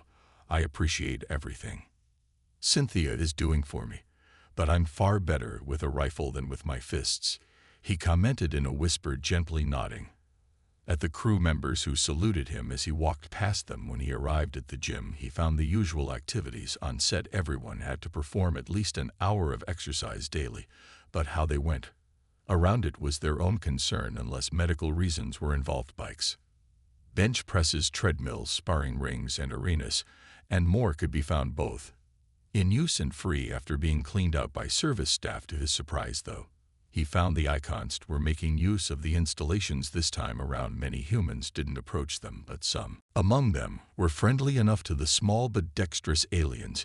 He quickly spotted Jincho running on a treadmill at a speed that no human could ever hope to match. I might not get another chance like this one in a long time, so I better make use of it, the pilot thought, and turned in their direction. As he approached the auntie, the others around him, humans included, stiffened and quickly turned to salute him at ease. No need for that when I'm not in service, Wyatt replied in a more mellow tone of voice, while Jinko slowly decelerated. Your name was Jinno, was it? And you're the worm brain that wrecked that beautiful fighter, Jinno replied in between panting breaths. It took him a couple of seconds to come to a complete halt, but when he did, he jumped down the treadmill, landing right in front of Wyatt. Crossing his arms, he looked up at the pilot with all 6 eyes. Need something? The chirping, guttural noises of the Een were like a backdrop when the rather lively translator all but plucked the noises the alien made and turned them into the Principality's official language. Not really, Wyatt replied, letting his guard down and taking a seat on the nearby empty bench. His tone and actions seemed to relax the other Yantis and the 5 humans in their midst without their badges and rank insignias. He couldn't tell to what branch or division they belonged. Perhaps they're all technicians, since they're together, he guessed. But not really, he says, Gino replied with a playful rasp of his throat. You humans are very bad liars. Better than the hierarchy, though much better than the corpse-eating Dren. Hate them, every last one of them. Murder ERS. The Aryans can die in a hole for all I care. And just like that, Wyatt smiled under his helmet and vowed to befriend the technician and his compatriots, doing his best to hide his enthusiasm. He reached for his helmet and slowly removed it so he could face them directly. You're uglier in person, Jincho jabbed as his vestigial wings fluttered in good humor. You're not precisely good-looking either, Jinno, Wyatt replied in a similar tone. I believe we met before already, but it was hardly formal. My name is Wyatt Staples, he said, offering his right hand. Pleasure to meet you. That goes for all of you too, Jinko. Best technician you'll ever meet. These here are Ila Kuratu Jur Zimu Aelu Fesik and Bibaho, our human companions, are David, Louis, Monica, Fair, and Carter, part of our team. I'm their boss, Jinno boasted as he introduced everyone in turn, pointing at them. Each you're our unit overseer. You flightless bastard, replied one of the men. Excuse him, Lieutenant. Jinno here doesn't know when to shut up. Our first meeting led me to conclude that, Wyatt replied, ending with a chuckle. Though that reminds me of something you did, Jincho. You hacked my helmet easily. Why, Jinno huffed, eyes narrowing. How else was I supposed to give you a piece of my mind after you mistreated that poor fighter so badly? Besides, it wasn't hard at all. Principality tech is subpar most of the time, but this ship— he looked around before stomping his left foot on the ground a few times while his tail swayed agitatedly. The hierarchy would kiss my ass if it meant they got a hold of it. Fat chance. Underscore underscore. The hierarchy haha. Wyatt turned to the nearest Fessick, a female, and raised an eyebrow. Is he always this full of energy, Fessick? The auntie nodded rapidly. He's been scurrying all over the ship ever since we got on board and clearance to do our work. The pilot nodded in understanding. I must confess I would be too. If I were a technician, I'd never seen a ship like the No Navio, not even in history or archives. Sadly, while I can understand how magnificent it is, I'm a pilot technology, and I don't mingle all too well. Right, Jinno exclaimed, eyes and beak opened widely. There's always room for improvement, but the geniuses that made this ship knew their stuff. It is almost sad that it is equipped with principality weaponry, the good kind, sure, but other than the spinal particle beam. I shuddered just imagining what this gorgeous lady could achieve. Suddenly, the auntie smacked his chest and shook his head violently for a few seconds. Buddy, talk for later. I know why you're here. You want to know how's your fighter. Right, well, I already learned what I wanted from him. Hates the hierarchy and is damn good at what he does, that's all I needed to know. So why does he think I'm here to ask about the fighter? Wyatt thought, choosing to raise an eyebrow. In response to his question, she'll fly again. I finished working on her this morning. Criminal, you fried her internal systems. The damn gyro was out of sin. Somehow you managed to overload the shield generator, and the afterburners were little more than scrap.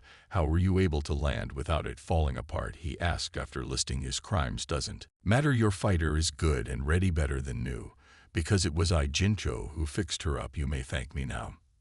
Maniac, I'm sorry to say this after you worked so hard, Jinno, but I don't own that fighter. I just picked it at random. Wyatt confessed sincerely. Wait, then where's your fighter? You're a pilot, ain't you? Jinno asked, puzzled. I just told you I don't own any fighter. Why would I? Wyatt explained. Told you, Jincho, but you wouldn't listen to me, said one of the human technicians. Pilots don't own their fighters unless a noble is so damn rich to afford one. Yeah, and most of them are racers or play dogfight arena.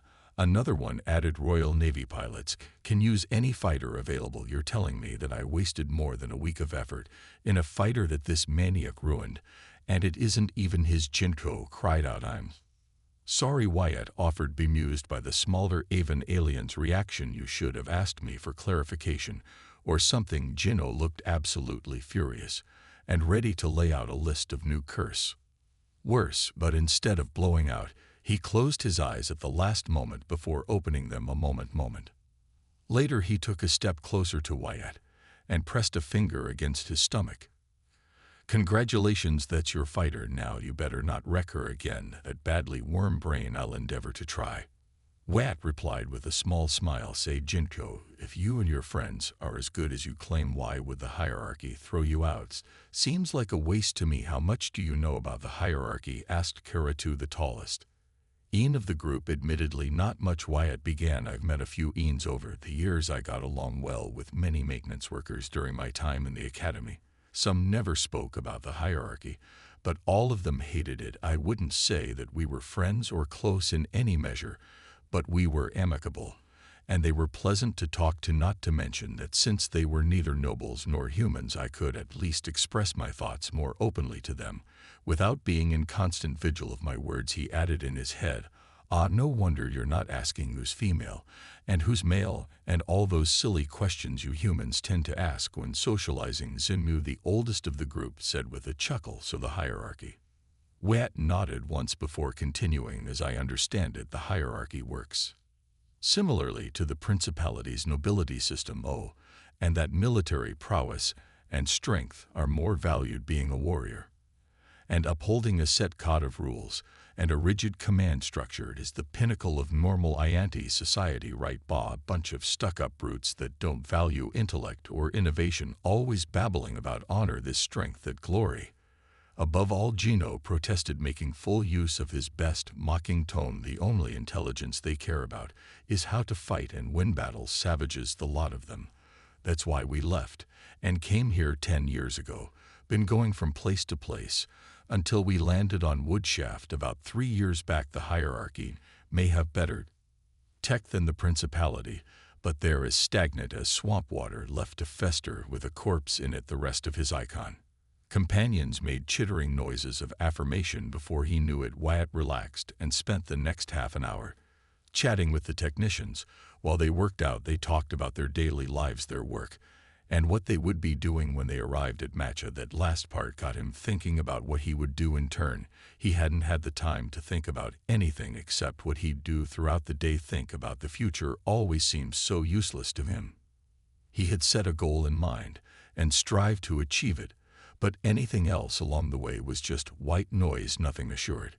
His survival, less so thanks to Duke Draymore betrayal, and so many things had changed so fast in his life now.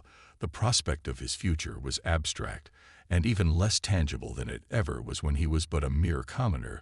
But the one thing that was clear in his mind was that he was going to send his family a message, at the very least, maybe even send them a video or a live call if he could afford it. He had nearly 30,000 credits saved up, and he deeply yearned to see their faces again after such a long time outside of his dreams and memories. He was in the middle of chatting with Fezzik when he noticed Cynthia entering the gym whilst two crewmen carried something following close behind her. "It seems I must go. It was a pleasure meeting you all," Wyatt said with a friendly smile as he stood up and gave the technicians a short salute. Then he walked over to Cynthia, who of course had already seen him. "A quick message from the guy who runs this channel. I'm excited to share that our channel now partners with the author of The Black Ship to share ad revenue. This collaboration ensures that the creative minds behind the stories we love are supported financially. Thank you for helping us give back to the author by watching and engaging with our content. Now let's get back to the story." "You're early," Cynthia commented as she continued to walk undeterred. "Wyatt joined her side friends of yours hardly." Wyatt replied, "I wanted to know Gino and the other Ians better. Are you favorable toward the aliens?" Cynthia asked in a nonchalant tone. Wyatt shrugged. "They're not Drazen, and they hate them with a passion. Besides, almost every Ianti I've met has been pleasant and cordial. I see no reason to dislike them. I agree. I am talking about the Etis in general. Do you know about the hierarchy?" The blue-haired woman asked in that same tone, enough to not like it and understand why they left. Wyatt paused for a moment and then turned his gaze to Cynthia. "The principality and the hierarchy don't seem too different. Why are we hostile to each other at all when there are the Aryans and the Drazen out there?" That, Wyatt, is a long and complicated answer that dates back several millennia and topics that sadly you do not have the clearance to know about. Be assured, however, that the hierarchy is much worse than what you believe it is," Cynthia replied, then turned to the two crewmen. "We'll be taking this arena. Make sure none disturb us." "Oh, of course, Lady Cynthia," one of the crewmen replied shakily. Cynthia grabbed the two small tubes the crewman had been carrying on a lavishly decorated red and golden pillow with the press of a button. The two tubes extended out until they measured 2.5 meters in length. She grabbed one firmly while presenting the other to the black-haired pilot next to her. Blood left Wyatt's face while his eyes inspected the long, thick metal rod, and his imagination painted several scenarios for its use, none of them pretty. "We're not going to practice using these poles, are we?" he asked, his voice slightly shaky, as the prospect of being beaten to a pulp by Cynthia with such a sturdy stick was incredibly unappealing. "Fret not, Wyatt, for this is not combat practice," she said without an ounce of humor in her voice. She then hit the ground once with the pole and stood firm, turning to face the pilot in full. "This is something far more important. You will master this performance before we arrive at Matcha in a few hours. We shall jump to the Felicity system first and contact any Finnegan and Loyalist forces stationed there. Once we make landfall on Matcha, you shall stand alongside my princess. She is calling Clara by her title. She's being beyond serious with this," Wyatt thought, realizing the seriousness of the situation. Granted, he had no idea what sort of performance she was talking about, but he was sure he was about to discover it, deciding that getting started was better for all involved. He put on his helmet and then hit the ground, doing his best to imitate Cynthia's stance. "IOB, understood, Lady Cynthia. I shall not bring shame to Princess Clara and House Astor." Pleased by his response, Cynthia nodded once. "Observe what I do, learn from it, then follow my motions. It is imperative that you master this march in the short amount of time available to us, Wyatt. We have less than 3 days, it shall be done. Wyatt replied, ready to do his best, and go beyond that. How hard could learning a march be nor Navio command bridge? Princess Clara Astor sat on the captain's chair while Redford and Cynthia stood next to her, and instead of putting on a dress, she chose to wear her armor instead for their entry into the Felicity system. She was being honest with herself. She was both elated and nervous in equal measure after barely escaping the clutches of her uncle, roaming the stars without stop for days on end, whilst being hunted down, being rescued by a compost hauler who had proven himself to be not only useful, but a rapidly trusted and sincere friend, and then facing the might of the Sens and the horrors of the She was more than happy to find herself in friendly territory, but the nagging fear that something could go wrong again plagued her mind constantly. Thanks to the death of Frederick Anderson, the ramifications were many, and all of them were outside her control. All they could do, she concluded, was keep his death a secret for as long as possible, and prepare a suitable response to House Anderson. Failure could see them siding with her uncle, another great house, deciding to support Duke Draynor Coop, this time out of scorn for the loss of a potential heir, while under capture could be devastating to the reputation of House Astor itself. It was the sort of diplomatic hellstorm that caused the previous civil war across the principality, setting it ablaze in the fires of petty squabbles and old feuds revived. Worst of all, there was not much she could do in her current predicament, yet patience was her strongest virtue, and she knew how to wield it with the finesse of an assassin's dagger. Borrowing the perspective from a video feed, she saw G. Tom on his post, waiting silently and patiently to carry out his duty. Sparing his life had been the correct choice, and her gamble seemed to be paying off already. Then she saw Captain Milcat alongside half of the Royal Marines at her disposal, standing their ever-faithful vigil, and a little further back stood Wyatt Staples, silently watching and waiting. Seeing him brought a small smile to her lips. He truly was doing his best, despite the severe whiplash he was suffering now that his worldview and his role in it had changed so abruptly in such a short span of time. But such was life, and Wyatt Staples had proven to be not only reliable, but that rarest treasure of all, a true trusted friend she could rely upon. Returning to her own perception, she waited and waited for what felt like hours until the awaited ping made itself known. My princess, we are being hailed, G announced. Open the channel, she commanded, stealing her heart once more. A few seconds later, the large screen before her gave way to the image of an older man with a trimmed mustache, wearing the uniform of an admiral. She recognized him immediately. Admiral Wen Finnegan.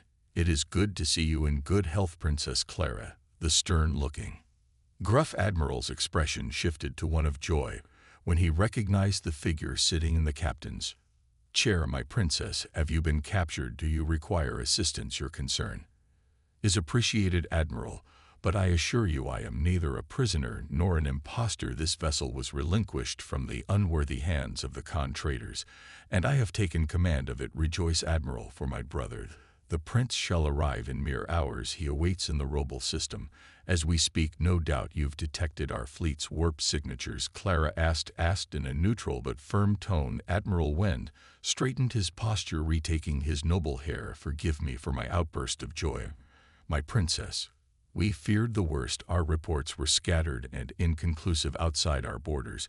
We received 3 days ago a message from one Uriel hoax describing that of your arrival at Gintarx's smuggler den, and that you and His Majesty the Prince were on their way. We didn't believe it at first, but seeing you now in the flesh, my princess, the principality is beyond relieved to see you safe and unharmed. The Admiral paused for a moment, his azure eyes flickering for a second before continuing. We received reports of your fleet's warp signatures, and a task force was going to move and see who you were, but we were countermanded by Fleet Admiral Colto Lintar and Maris Amelia Finnegan. After the second report came through, they believed that it was highly probable that the fleet were loyalist forces trying to remain hidden.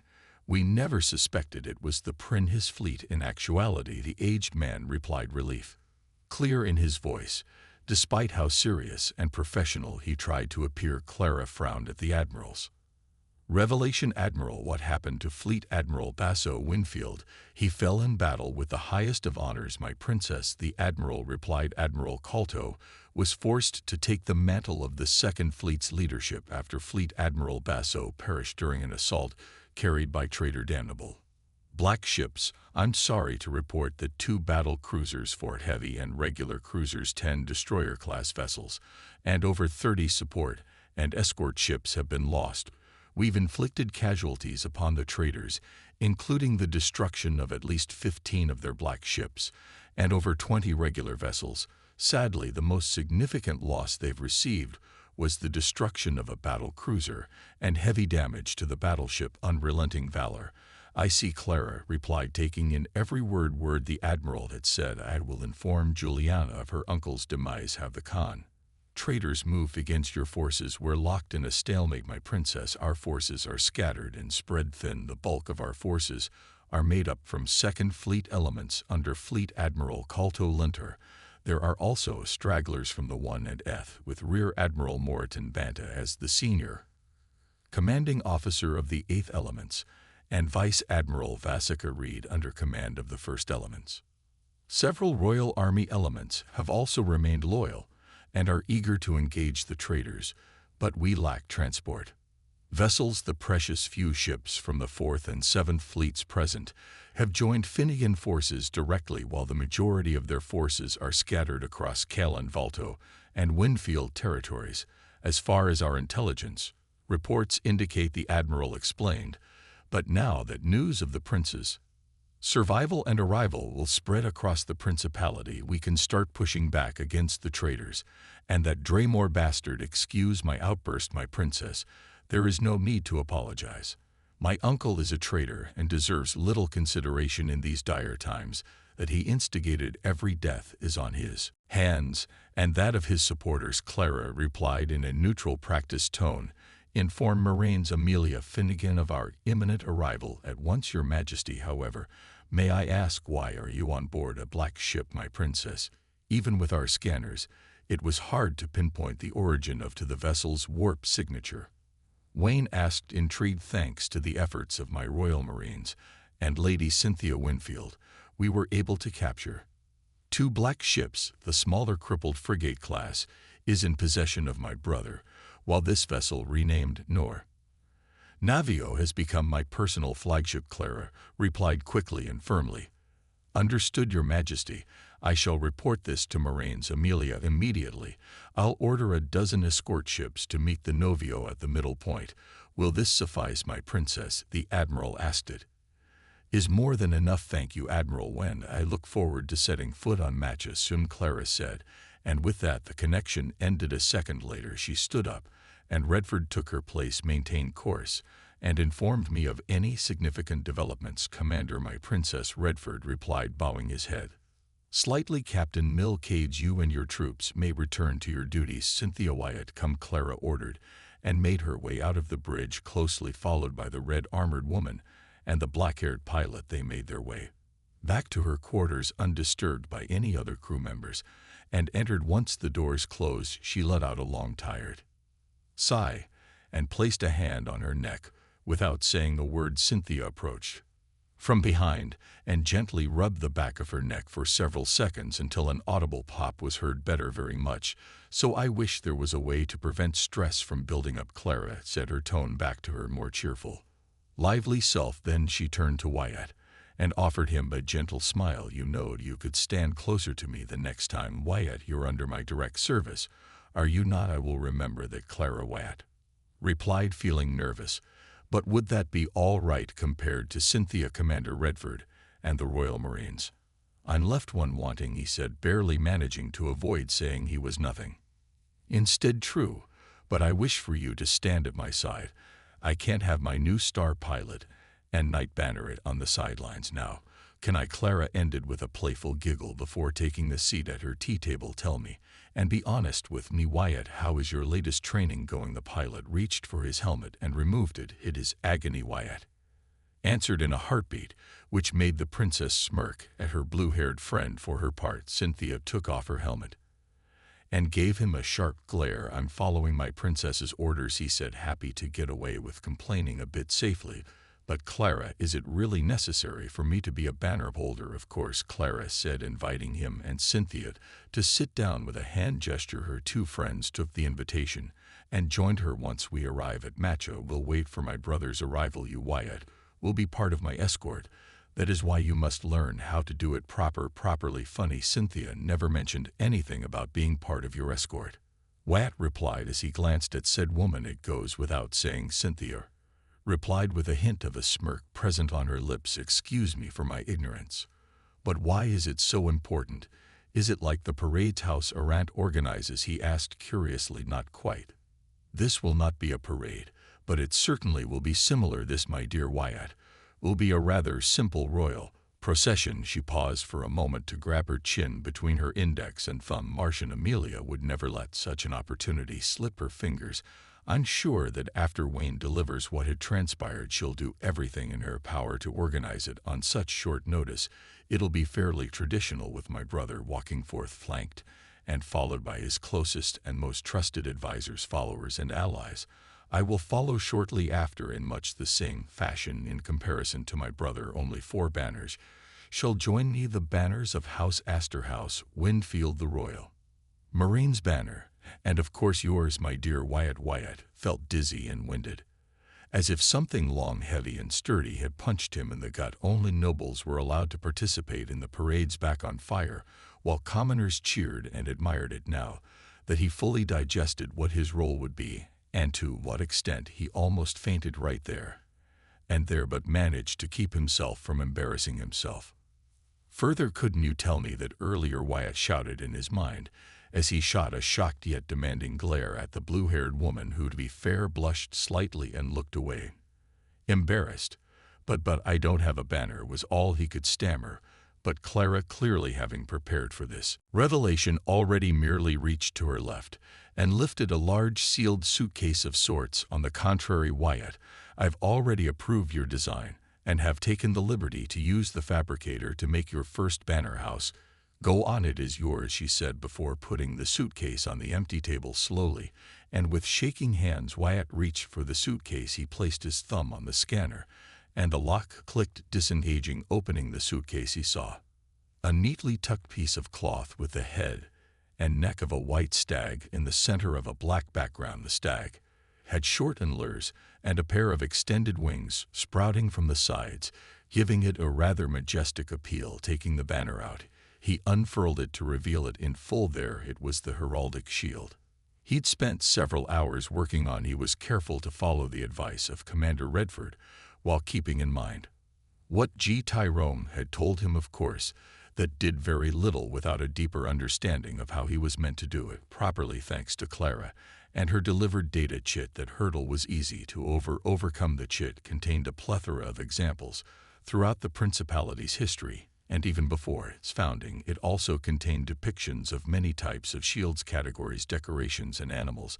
that, according to the information in the chit, were animals that existed in the distant homeworld of humanity, Earth. Not only that, each depiction also came with a brief description of what each one symbolized and represented. Choosing a stag had not been an easy decision, but he felt drawn to it the more he read through the information. "Now that I see it in person, I feel almost embarrassed, like I'm pretending to be something that I'm not, but at the same time I think it is rather fitting," Wyatt thought, whilst admiring the stag that was meant to symbolize strength, courage, humbleness, loyalty, and nobility, not in the sense of actual nobility, but in the form of virtue and integrity. The wings on the stag represented not only his love for Pilot, but a warning that while he was a man of peace, he would not hesitate to incur in battle. The shape of his shield was described as a 2-engrailed top design. It was simple but more refined than the simple heather shield he'd chosen before. At the top center of the shield and above the stag rested a gray Spartan helmet that went along well with the duality and intimidating appearance of the stag. Beneath it, finally, on the right and left top sides of the shield, a white staple could be found on each side. There was no fanciful meaning behind them. It was a simple reminder of who he was, where he'd come from, and to never forget it. Outside, the rest of the flag was also white, giving full attention to the heraldic shield at its center simple yet elegant. "Nicely done, Wyatt," Cynthia praised, examining his banner. "I don't know what to say except thank you, Clara. I don't know how, but I promise I'll pay you back someday for everything you've done for me." The chit, the armor. "And now this banner, it couldn't be cheap." "Think nothing of the chit," Clara began. "It is nothing more than information already available to me. It cost me nothing to help you in that regard. The banner also cost me nothing as captain of the Navio. It is within my power to make use of the facilities as I wish. That armor is yours because you paid for it, Wyatt." Now it was Wyatt's turn to let out a laugh. "Clara, please, I'm not that stupid. I have no more than 30,000 credits to my name, nowhere near enough to pay for such an armor, and I never made the purchase myself." "I appreciate your generosity. Regardless, my princess." "Who said anything about generosity? I simply subtracted the amount from your account. Tell me, what was your salary as a warrant officer?"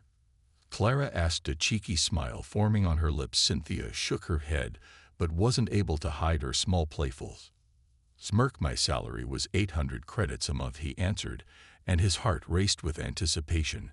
"Has my salary increased as a lieutenant? Your salary is now 4,000 credits a month. Furthermore, due to services rendered to the royal family and your outstanding courage, you've received a reward of 100,000 credits." Cynthia revealed, causing the pilot to sputter and mumble incoherently. "The armor you are wearing costs 50,000 credits and has already been subtracted. That means I have over 70,000 credits at my disposal. I can afford to have a video call with my family for a few minutes," Wyatt thought, with a triumphant smile spreading across his face. He was about to thank Clara for it, but the princess beat him to the punch. "Save your thanks for when they have meaning and merit, my dear Wyatt. This was nothing more than what was needed. Moreover, perhaps you should check your credit chit," Clara proposed, her smile widening whilst Cynthia passed him a data pad. Not bothering to question her motives, Wyatt took out his credit chit and inserted it into the data pad. He never bothered to check his account more than once or twice each month, if that. He accessed his personal account, and true as the daylight there, it was 782.42 credits, but something was wrong.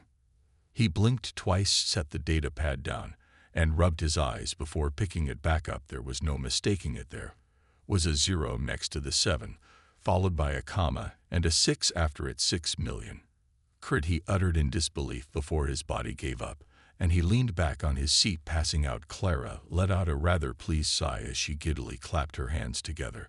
"I rather enjoy when he does that." Cynthia shook her head again. "Your senseless teasing and peculiar brand of humor are going to end up killing him." "Clara, shush you, Clara," exclaimed, her cheeks blushing, but her smile never faltered. "Don't lie to me, Cynthia.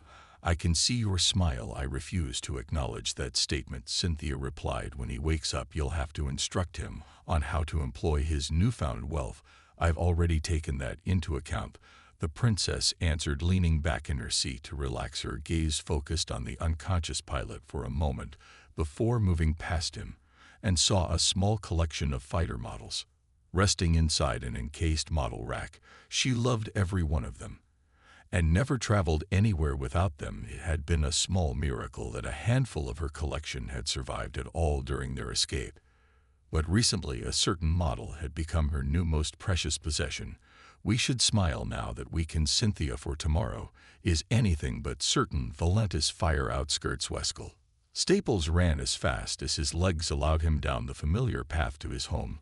He kicked up dirt behind each hurried long step he took, almost sprinting, as if an enraged clicker hen had spotted a dumb rookie trying to steal the eggs from her nest. The long rifle on his back bounced constantly. The feathers on his belt soared with the wind hitting them as he ran. His uniform was dirty, utterly uncaring that he was smearing it with mud, grass stains, and dust, and his hunter hat was held against his head with one hand firmly pressing it to avoid losing another one. "Weskel, what happened? What got you running like that? Did a blasted blue blood cut off someone's head or something?" Weskel heard the worried but already angry voice of Mr. Warlow, one of their neighbors, and then a good man at heart with a burning hatred for nobles. At large it was so typical for the old cane-wielding man to assume that a noble was responsible for any altercation or scandal. To be fair, he was right most of the time in that regard. The Clicker hunter slowed his pace as he did a sharp turn, using his ankle as a pivot in a manner that he had learned over the years' war. The 19-year-old yelled, his gaze turning to the aged veteran. Treason! Duke Draymore has launched a coup, betrayed the prince. He shouted in between ragged breaths. Feet never stopping. After his reply, he turned his attention back to the road, only faintly hearing a cane falling to the ground, followed by a string of very unflattering words flowing out of the old man's mouth. Wessel kept running, desperate to get home as soon as possible. It took him another 3 minutes until he saw his home on the distance, a humble but beautiful residence, won by his parents' hard work. It had been an most cruel irony of the universe that their home, surrounded by lush life and so close to the forest, had brought so much pain to his big brother Wyatt. Thinking about his big brother was always bittersweet. On one hand, he was a fantastic brother, he always looked out for him, and wham, he loved his family and always did his best. But on the other, he'd seen the pain and the trauma his brother had gone through, the sleepless nights when he screamed in terror, his isolation, his refusal to socialize or interact with anyone, the mouth-breathing idiots calling him a liar, and his fear of anything plant-related. But Wyatt proved stronger, and eventually he regained his senses and strength, even if he looked diminished and fractured in his eyes. And now he was potentially in danger in a conflict that could drag him to war. Mom, Dad, wham! Wessel shouted as he approached his home, slowing down as the air in his lungs burned from his long run. He was used to running long distances thanks to his job, but the run from the train station to his home was more than arduous. He was about to shout again when the front door opened, revealing his father, Wirt Staples. His father was quite lanky. His black hair already had several gray hairs.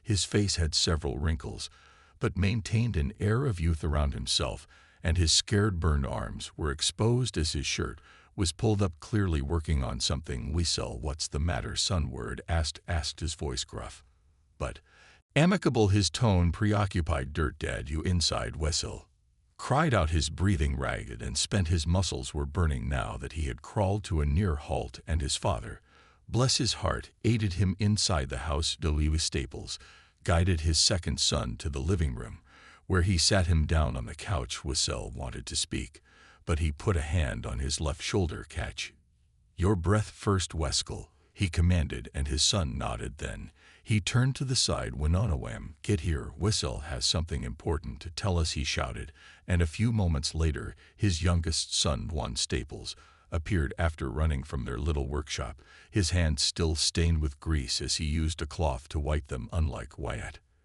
and Wessel, Wum's hair was brown and his eyes were a beautiful yellow syrup-colored hue, just like his mother's. And Wessel, you look like ... Wes, what happened? The guild kicked you out, or something? Wham asked in a joking tone, always ready to prod his brother with some humor, but upon looking into his eyes he knew something big had happened. This is serious, isn't it? Wessel nodded, slowly getting his breathing under control as he applied his breathing exercises. A few seconds later appeared Winona Staples, his mother.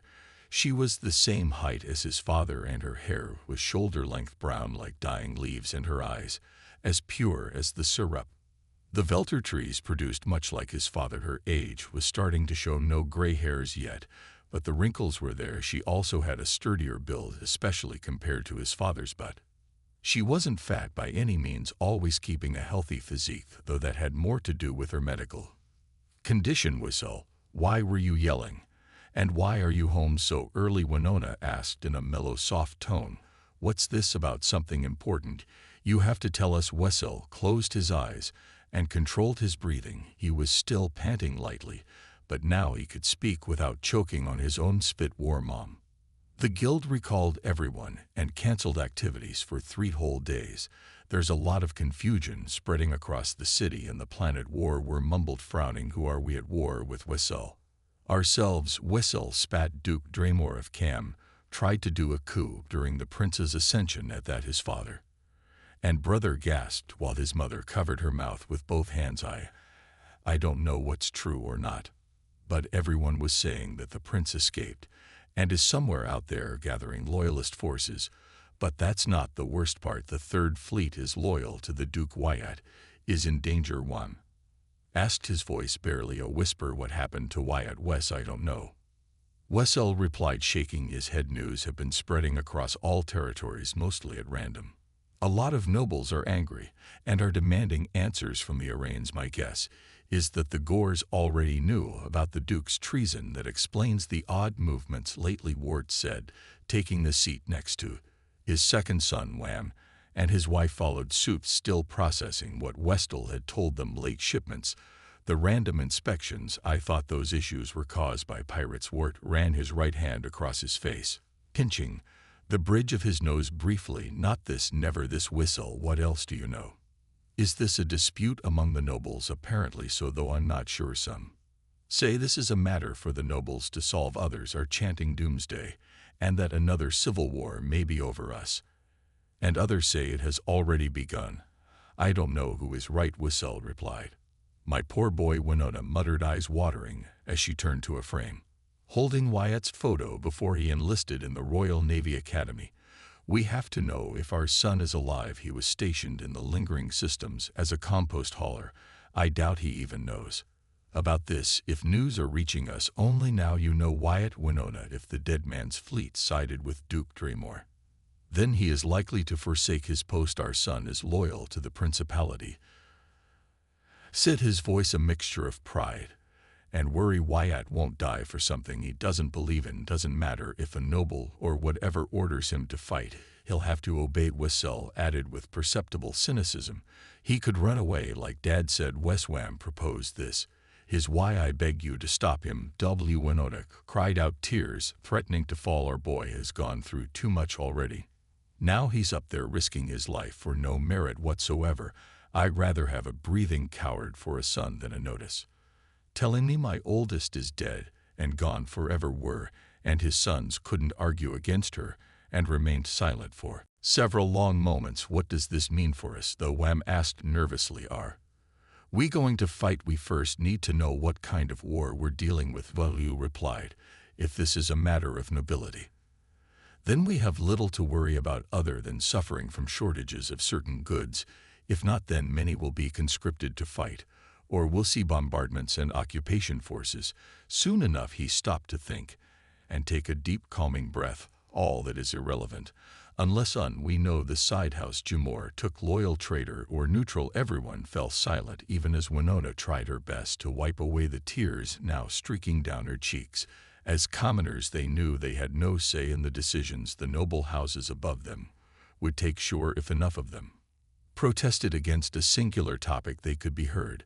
But on matters that involved the ruling of the principality itself, they were powerless to object or voice their opinions. 2 minutes of uncomfortable silence passed in the blink of an eye until an alarm got their attention, and they turned their attention to the singular video screen that adorned the living room. They didn't use it often, and it was there mostly to receive announcements, general broadcasts, and messages. For a split second their hearts skipped a beat, fearing the worst. It wasn't until Weasel read the description displayed that he stood up in a hurry, a smile spreading across his face. Video transmission from Wyatt Staples. Accept or decline, the synthetic voice asked as the pinging alarm continued to ring. Accept. You blasted machine, Whistle cried out, tossing his hat to the side and setting his long rifle on the ground. There was a moment of pure darkness on the screen before a set of dots appeared, one illuminating after the other, until all 8 dots were shining white. Then Wyatt Staples appeared on screen, his nervous expression changing to one of pure elation when he saw his whole family was present. Wyatt, Wham, and Wessel cried out, at the same time, relieved to see their big brother safe and sound. Wesco, Wham. Wyatt replied, smiling, Mom, Dad, you're all there. I thought you'd be out hunting. Wes, he asked, worry slowly replacing his happiness. Was out. Got here as fast as I could when we got the news about the coup. Wyatt, it's good to see you're alive, Wessel answered, suddenly feeling teary-eyed, but he held his emotions back. So you know about Duke Draymore betrayal, Wyatt said before focusing his attention on his tearing, sobbing mother. Mom, don't cry, I'm fine, really. Winona shook her head slowly smiling. I'm relieved to see my baby boy is alive. We haven't heard from you in almost a year, dear. Can't a mother worry for her children's safety? Putting that aside, Wyatt, we're all happy to see you again, son. Were interjected, beaming at his son. And I'm happy to see you all healthy and well, Dad, Wyatt replied, a genuine smile spreading across his lips. Hey, Wyatt, not to damper the mood or anything, but can you afford a video call? Wham asked now that the immediate fervor of bubbling emotions was settling down. Wyatt winced slightly at that, but nodded. Not to worry, I can easily afford it, he replied, choking a bit on the easily part. I'll be sending you a large sum of money directly to your account, Dad. Oh, son, don't be ridiculous. Seeing you alive and well is more than enough to calm our hearts, Wart replied, smiling at his son. Save your credits, we make enough as it is. Trust me, Dad, it won't be a problem, Wyatt explained cryptically. Just humor me, okay? Put your data chit on the screen and I'll make the transference. Very well, son. If you insist, I won't object, but you must tell us how you were to get your hands on enough credits to not only afford a video call, but also send some of it to us, Wirt said, standing up and going to the screen. He produced a credit chit from his left pocket and connected it there. Ready? Wyatt made a few clicking noises, and a few seconds later he sighed tiredly, but was also relieved during the process. Wesco looked at his brother closer and noticed some oddities. For once he seemed to be sitting on what appeared to be a private booth. Second, he was clean more than usual, especially for a compost hauler. He also seemed more muscular than he'd ever remembered his brother being. Finally, he noticed his uniform and his eyes widened. What the __? Wessel exclaimed, gaining the attention of his entire family. Wyatt, why the __?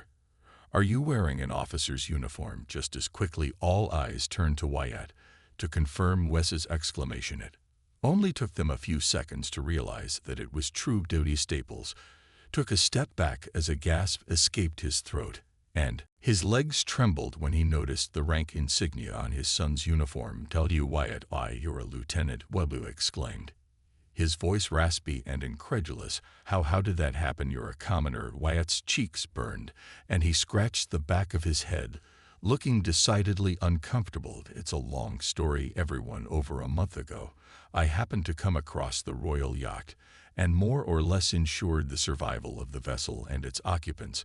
I met the prince himself. He paused as his whole family went agape, but continued after a few seconds of stunned silence. The prince rewarded me by making me a lieutenant, and I joined his forces. I've been a part of his fleet ever since.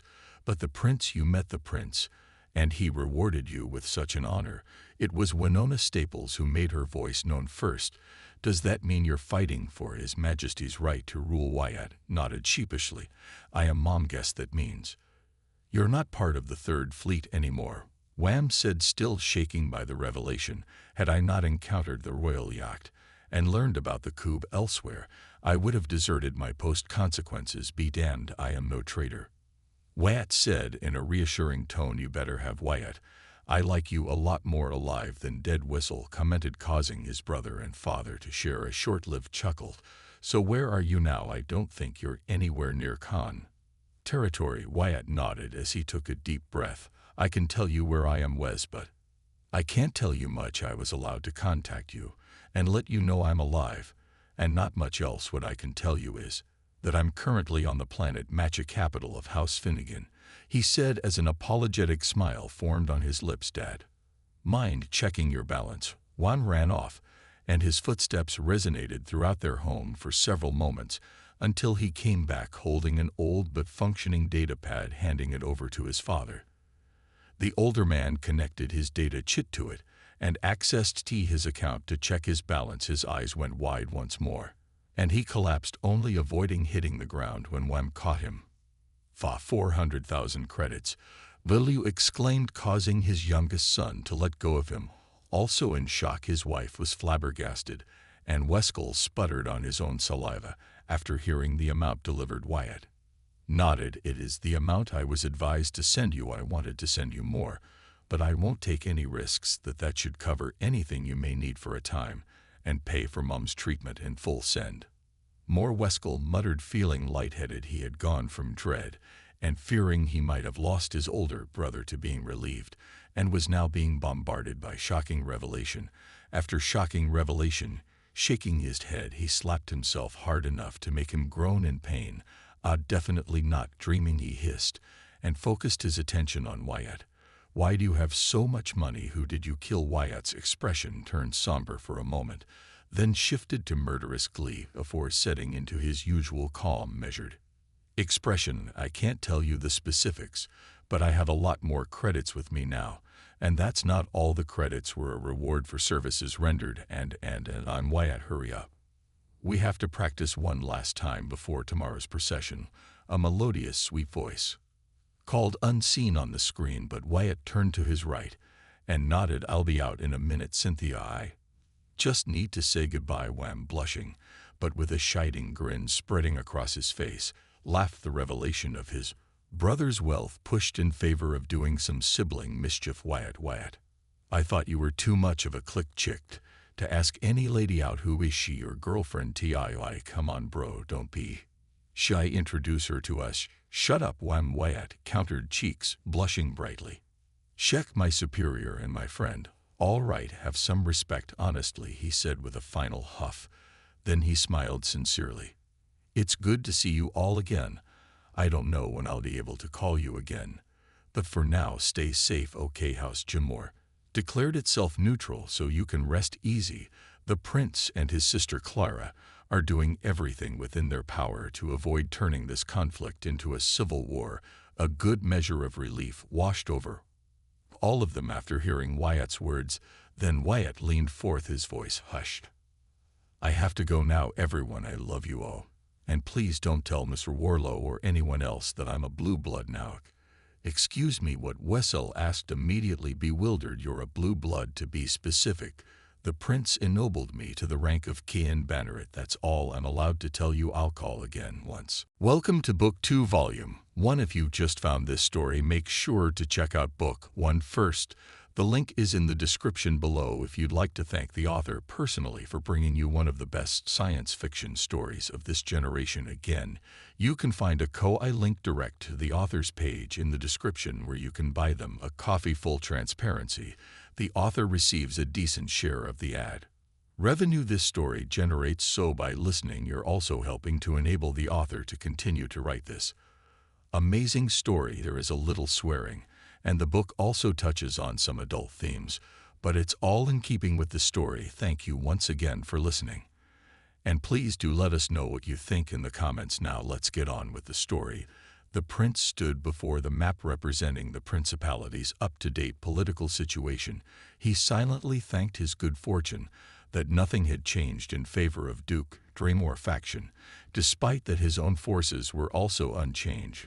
With the territories of House Astor more or less held at bay and locked in a stalemate, he couldn't expect any help to come from there anytime soon. The same could be said for House Winfield, but he was certain that they were fighting against the Draymore forces, or had consolidated, gathering their strength, and likely trying to recall whatever loyalists they could reach, as was the right of the great houses and many minor houses. Most of them were neutral on the conflict. Loyalty was a shifting thing, and to most people a matter of convenience and opportunity. The prince wanted to sigh and rub his temples in exasperation as his mind ran through a plethora of diplomatic options, petty grievances between houses, false claims of loyalty, opportunistic deals made in the shadows, traitors and turncoats on both sides waiting to strike, and the countless other details that eluded him due to miscommunication, distance, and veiled intentions of those waiting to gain from the conflict that his uncle had created at the Great 10 Atorian Royal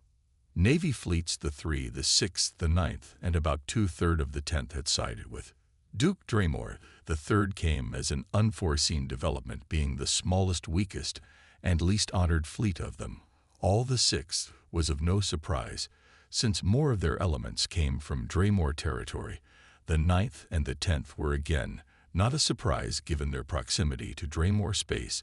The fact that a 1/3 of the 10th fleet had decided to remain loyal was a surprise, and now they were lost somewhere, a ragtag remnant, most likely hiding from Draymore forces on his side. Though things were much darker, the 1st, the 2nd, the 4th, the 7th, and the 8th fleets remained loyal to House Astor, but only the 2nd and 8th fleets remained intact. The 1st, 4th, and 7th fleets were, thanks to the efforts of Admiral Damon, able to disengage a great portion of their forces into Winfield territory before Dremore forces crippled more of their vessels. It was also thanks to him that the Exalted Virtue, one of the most modern battle cruisers part of the 1st Fleet, had been saved to begin with, and now served as his personal flagship. He didn't know what happened to the remnants of those fleets after escaping, but he knew they were fighting alongside the Winfields.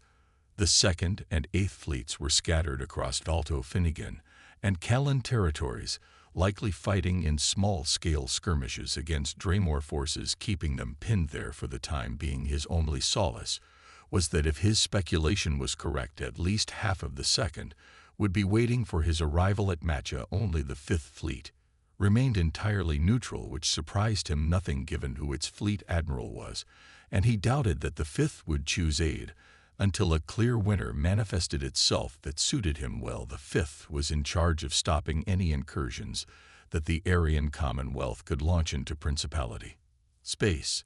The fleets are one thing, but each house is entitled to own their private ships if they can afford them.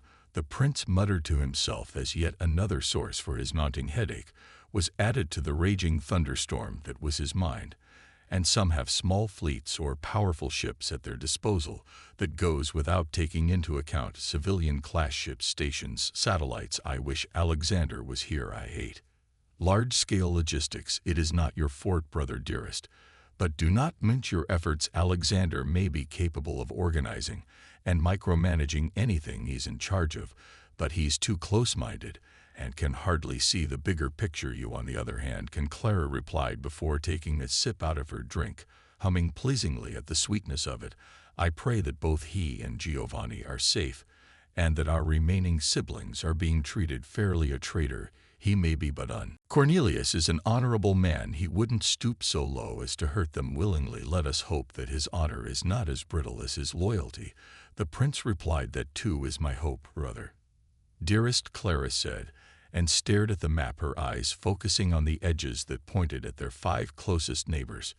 To the northwest, the Yanti hierarchy; to the west, the Drazen collective; to the southeast, the Aryan Commonwealth; to the northeast, and thankfully the farthest of them, the Zarma Jolar Kala Compact, or Zarma Compact, since the name was a mouthful, a collection of different species of aliens that were always in conflict with their neighboring rivals.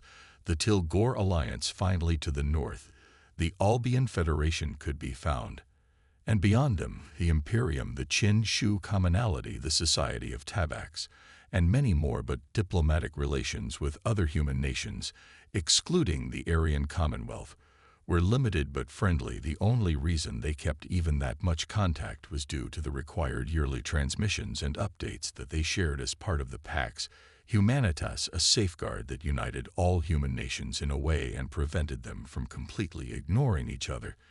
Technically speaking, they had a 6th neighbor, yet another human nation, but they were so far removed that they were a non-factor, and just like the Aryan Commonwealth, the isolationist Urdivers were not part of the PA Humanus. While not much was known about them, they were to the Principality what the Principality was to the vast majority of the other human nations in terms of power and technological advancement.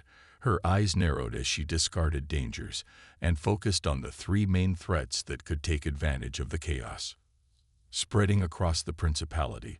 We will surely see an increase in drone raiders, she said with disgust. The anti-hierarchy might see a chance to strike at us. I hope they stay their hand, or that they are far too occupied dealing with their internal struggles for them to take interest in our moment of weakness. The prince nodded, which leaves the Aryan Commonwealth as our ever-constant, persistent external threat. The 5th Fleet has always been more independent than the rest and focused on their duty.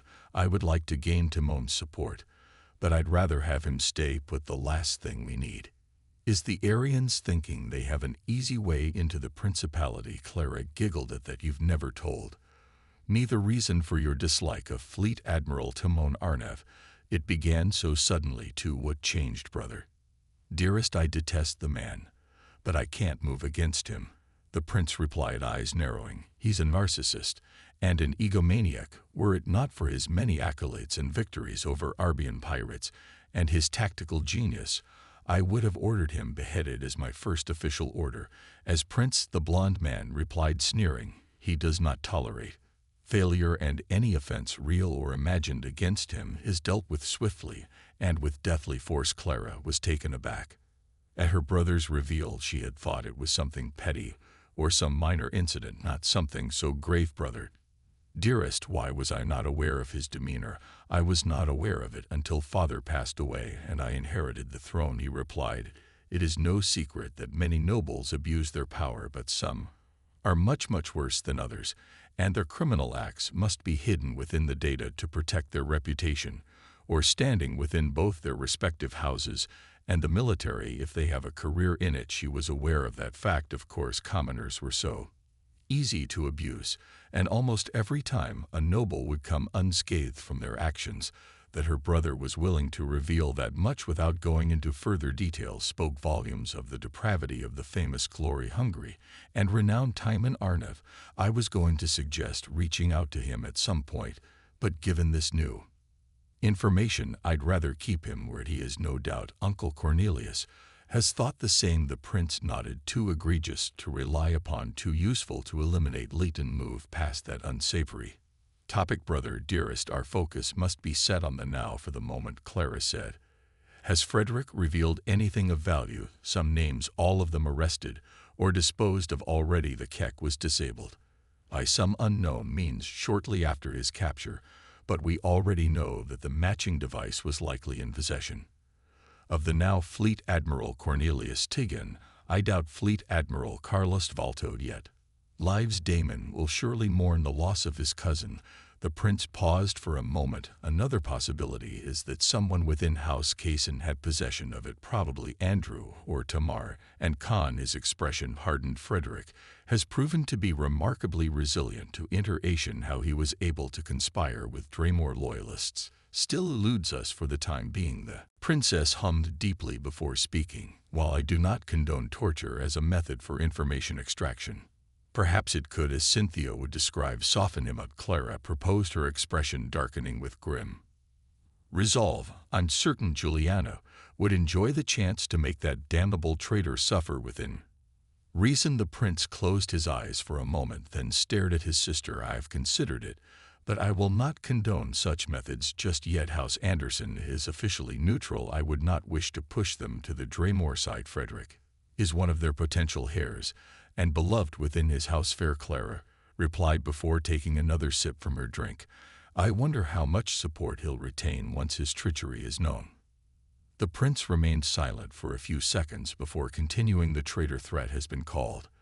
There will be a few remaining ones that will elude capture, but they will pose no more threat without their leader. Let it be so, brother dearest." Clara replied, "Speaking of traitors and potential threats, why have you placed 20 Royal Marines under my command? That's nearly half of our remaining Royal Marines. I do not wish for you to remain unprotected. I have Cynthia at my side. At least take Milaz with you." "Brother dearest." The prince turned to face Clara fully and slowly walked over to her silently. He gently took hold of her right hand and caressed it while looking into her violet eyes with a soft smile on his face. "You stand above our siblings as my most beloved sister, Clara. I love you, sister dearest," he said before gently inviting her to stand up. Once she did, he gave her a hug, which she reciprocated. "I want you to be as safe as possible. Is it not my duty as your older brother to see to your well-being?" Clara ended the hug a few seconds later, and her lips were curled into a soft, tender smile. "You're too caring, brother dearest. As if you're one to give me a lecture regarding caring for others." "Clara," the prince retorted, making her sister blush slightly in embarrassment. Letting go of her, he turned his gaze to the map. "There is much to do, and I want to keep you as safe as possible. I wish I could send you away into a remote part of the principality where this conflict could not reach. Alas, I can't. Allow me to give you as much protection as I can provide." As her blush vanished, Clara let out a defeated sigh. "Very well, brother dearest. If it is your desire and command, then I won't object." Any further regardless, are you certain you want to depart from Redford? We barely have enough pilots to fill 2 Wedge's half of our current fighter capacity. He'd be of more use to you, you may be correct, Clara. But I need my other commanders more for what's to come. Vivian and Lukacs have handpicked one of their best subordinates to act as your logistical and intelligence experts for the time being. Mil Cades will have to act as your chief of security and marine. Commander, I adore Cynthia, but she can't be trusted to command anything larger than a strike force, he said with some mirth in his voice. Clara smiled too when her brother picked fun at their dear friend's expense. And Redford shall be the overall commander of my ship, while I remain as captain in name only. Splendid. You, my dearest sister, will deal with everything else, and be in charge of them all. I certainly hope you are ready for the role. The prince joked. Speaking of your ship, why in Julius's name did you name it Nor Navio? Clara's expression turned sly and foxy. Brother dearest, I merely agreed to the name. Why, I wouldn't have been able to come up with a name for such an outstanding ship so quickly, although I approve of the naming convention. Oh no, it was not I who gave the ship its new name. That honor lies within our newly elevated Knight Banneret. The prince let out a long, profound sigh. You had every intention of ennobling him from the moment he achieved victory over 990, didn't you? Clara smirked. I had some reservations despite his display. What convinced me was his instrumental role in the battle. It was further cemented during a rather private moment we shared, and that I nor Cynthia will disclose. Brother dearest, the prince raised an eyebrow. Does he even know what renaming a captured prize vessel entails? Why would he? I'm certain that it'll be a rather splendid surprise when he finds that out. Clara replied, still smirking. Regardless of my intent, the Nor Navio is my ship. None shall object. The prince shook his head a couple of times before replying. On that, Clara, you're correct. Oh, I nearly forgot the Drin. Captain finally broke. Mil Cades was not gentle, but our initial suspicions were confirmed that these raiders and several other fleets are striking across the nearest incursion points and bordering systems. This fleet detected our warped jump signatures, and a stealth probe sent ahead provided all the information they needed. The Drazen took a gamble, and fortunately for us, they lost. Clara was relieved to hear that the Khans, and by extension the Draymore forces, had not pushed the Drazen against them themselves, but she knew her brother well, and the tone he used ushered no respite. Instead, there was a cold feel to it. She quickly analyzed her brother's words once again, and noticed the information that didn't match. How was it possible for several Drazen raiding fleets to strike across the Principality when the conflict had just started? The travel time alone from their usual cattle grounds outside Principality space would take them at least a month, without counting whatever meager forces were already inside the Principality launching their usual strikes. She frowned deeply. If they were not ushered by the traitors, then who did? Most likely whoever manufactured the black ships. They tipped off the Drazen raiders before the coup began, giving them enough time to travel in force and begin their assaults right when we were in complete disarray. Clara, the number of lives that will be lost thanks to them will be staggering without the fleets in their usual patrol routes and quick response stations. Only in-system forces and house vessels will be left to defend those vulnerable territories, and we're powerless to send aid of any sort. Clara concluded bitterly. Many will blame House Astor for those assaults, and I'm certain many lesser and minor houses will be seduced by the Draymore traders if they can defend their territories from Drazen incursions. It will make you look weak and incompetent for the moment. Yes, the prince agreed. Once we arrive at Macho, we will rebuild our strength and bring the fight to the traders.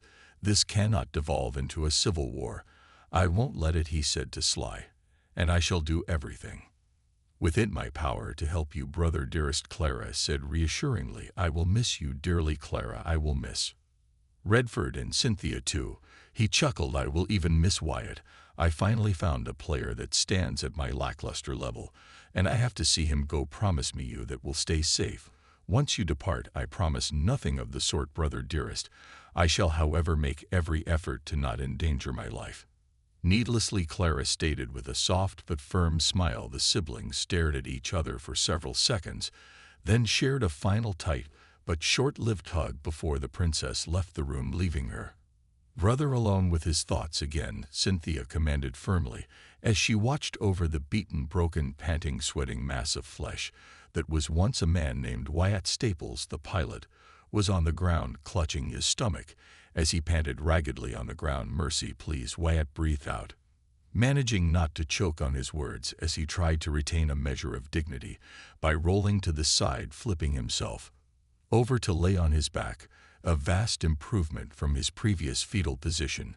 "As far as he was concerned, this woman is trying to kill me," he thought in a panic as his gaze focused on a pristine and serious Cynthia Winfield, wearing her usual red armor. A week had passed since their departure from Woodshaft, and good to his word the jump point Uriel hoax provided kept them away from any possible Con-Tegan or Third Fleet forces. The Nor Avio, with Commander Redford sitting at the captain's chair, served as the fleet's primary scout ship, and it was a marvel to see her in action. He had not given it much thought after his short-lived command of the wonderful ship, but it truly was a magnificent vessel. The AI that was destroyed during the capture was replaced, restoring the Navio navigational and communicational capabilities. The crew of the ship was mostly made out of Woodshaft recruits, except for key leading roles, such as Chief of Engineering, Master Technici chefs, and logistical and intelligence experts. There were hand-picked Marines by Commander Juliana herself, and plentiful auxilia forces, not to mention the mercenaries that Clara hired, general crew members, and the Ons, which, funnily enough, all of them were technicians and mechanics. Jincho, in particular, was a rather vocal fellow at the best of times, but he was earnest in his craft, and he had to admit the Yanti was the best damn technician he had ever seen. He was still not done with the fighter he'd wrecked, but it was already looking as good as any of the other Raptor fighters in the hangar. He had even seen G-Tom and a few of the other nobles he vouched for, and while he had yet to talk with the red-haired man, Cynthia told him that he and the rest of the bridge personnel had so far been instrumental in teaching others how to operate the Nor Navio correctly and how to access the ship's systems for maintenance, and more surprisingly, no one seemed to mind their presence, and Jino above all took in the knowledge and was as enraptured as he was with the deadly black ship during that week. No major incidents had been produced. The Woodshaft recruits recognized him, and some even were brave enough to praise his suicidal heroics. It felt odd receiving praise from total strangers, but he welcomed it nonetheless. The nobles transferred from the prince's fleet were another story, though they mostly kept their distance, but he could feel the eyes of envy and disdain sent his way. He didn't show it, of course, but damn it all, it felt good to not be ordered around by his betters for once. Of course, some nobles complained that their quarters were too small, others were outraged that the mess hall was not segregated, and a few even filed formal complaints that the commoner dargs were far too numerous, and thus sullied such a beautiful ship. There were only 1,021 crew members aboard the Nor Navio, and less than 20% of them were nobles. The ship still needed more personnel and effective elements to be properly fully staffed. For starters, it had no formal army personnel, and the auxilia forces and the mercenaries were to act as a replacement. There were also no RFS and no mechanized personnel except for the technicians, engineers, and mechanics, and only a handful of pilots handpicked by Commander Redford himself, among them the members of Epsilon Squadron, who he had interacted with only briefly during the past week, thanking them for speaking on his behalf during the trial. Cynthia and Redford, though, quelled any complaints, reminding everyone that the Novio was a captured vessel not made in the Principality, and that they would have to adapt to it, or they would face charges for insubordination. That soundly did the trick to shut them up, and now that he thought about it, he hadn't talked to Commander Redford or Clara since they left Woodshaft. Cynthia had taken command of him and made him train relentlessly, barely giving him any time that he could spend on doing anything else but eat, shower, and sleep. To call her a ruthless teacher was a grave understatement. "I'm sure I've got strained muscles and bruises in places I didn't know I had before," he complained, silently, his fatigue mounting, but thanks to his implants, he could still keep going at the demented pace Cynthia Winfield was putting him through. Any moment to catch his breath was welcomed, and he made sure to stretch it as much as possible again. Cynthia repeated this time, more firmly, wordlessly. Wyatt groaned, and slowly rose to his feet, first by rolling over again, then by going on all fours, and finally by shakily standing up. The gym area itself was quite ample, and none dared to linger for more than a few seconds on the spectacle that was him kissing the floor over and over again, cracking his neck. With a satisfying pop, he moved his shoulders before adopting a defensive posture. Tentatively, he rushed at Cynthia, throwing a jab that she eluded with ease. Immediately, he used his left heel as a pivot to shift to his right before throwing a second jab that was again easily dodged. Using his momentum, he jumped back and performed a roundhouse kick that Cynthia had painfully taught him on the second day of their reinstated training torture routine. The blue-haired woman caught his foot and with a swift motion twisted it, making him lose his balance. She was about to grapple him when she saw the pilot use the moment to his advantage. Instead of falling, he twisted his body so that his palms hit the ground first. Then he used his free left foot to deliver a kick to her stomach. Wyatt felt a rush of dread wash over him when Cynthia merely blocked his kick with a raised knee. Before he knew it, he was in the air as the room began to spin all around him. Then he hit the floor and was followed by a strong and lightning-fast three-hit combo delivered to his stomach. 3 swift punches, and the air left his lungs again, leaving him panting on the ground, writhing in pain again. That was impressive, Wyatt. You've improved significantly since our first training session. At this rate, we can leave the amateur techniques behind in less than a week, and I can start teaching you the basics of training, Cynthia said without a hint of sassiness, humor, or sarcasm in her voice. Amateur techniques, basics of training. This wasn't actual training to then. What the hell have I endured so far? What does this crazy woman mean? She's trying to kill me, Father. I regret it now. I want to join the diplomatic corps. I'll work my entire life at the Woodmill Whistle sign. Me up for clicker hunting. Anything has to be better than this torture, Wyatt cried out as he panted on the ground, his eyes unfocused as he began to ponder his life choices seriously before Cynthia could demand another round. A voice rang inside their minds at the same time. Cynthia, Wyatt, suspend your training session for now. I require Wyatt's presence at once in my chambers. I won't take much of your time, Redford's voice said, and then the connection ended despite the pain and his ragged breathing. Wyatt managed to smile in utter relief after hearing the command. His eyes landed on Cynthia and saw her posture relax. She walked up to him and offered a hand. He took it, and he was suddenly pulled up on his shaky feet. You heard him, Wyatt. Go take a bath and don your uniform. We'll continue tomorrow. Oh, of course, to thank you, Cynthia, he said through bruised ribs. Cynthia's expression softened slightly, and a weak smile showed on her lips. You're no prodigy, but you'll do. Then she let go of his hand and walked away, leaving him behind. Wyatt watched her back and blinked in confusion. What's that supposed to mean? He mumbled to himself before heading to the showers. After a quick but refreshing bath, he put on his uniform and saw himself in the mirror. He mockingly saluted his reflection before leaving to meet with his commanding officer. When he arrived at Redford's quarters, he was about to tell the AI that he was there when the door opened by itself. He entered the room and the door closed behind him. The commander's room wasn't that large, about twice as big as his old quarters back in the Exalted Virtue, a luxury by his standards, but he didn't know if Redford found the space claustrophobic. Stopping before his desk, he saluted. Respect, Lieutenant Wyatt reporting, sir. I see that Cynthia shows you no mercy, Redford replied with a knowing smirk. She's quite the instructor.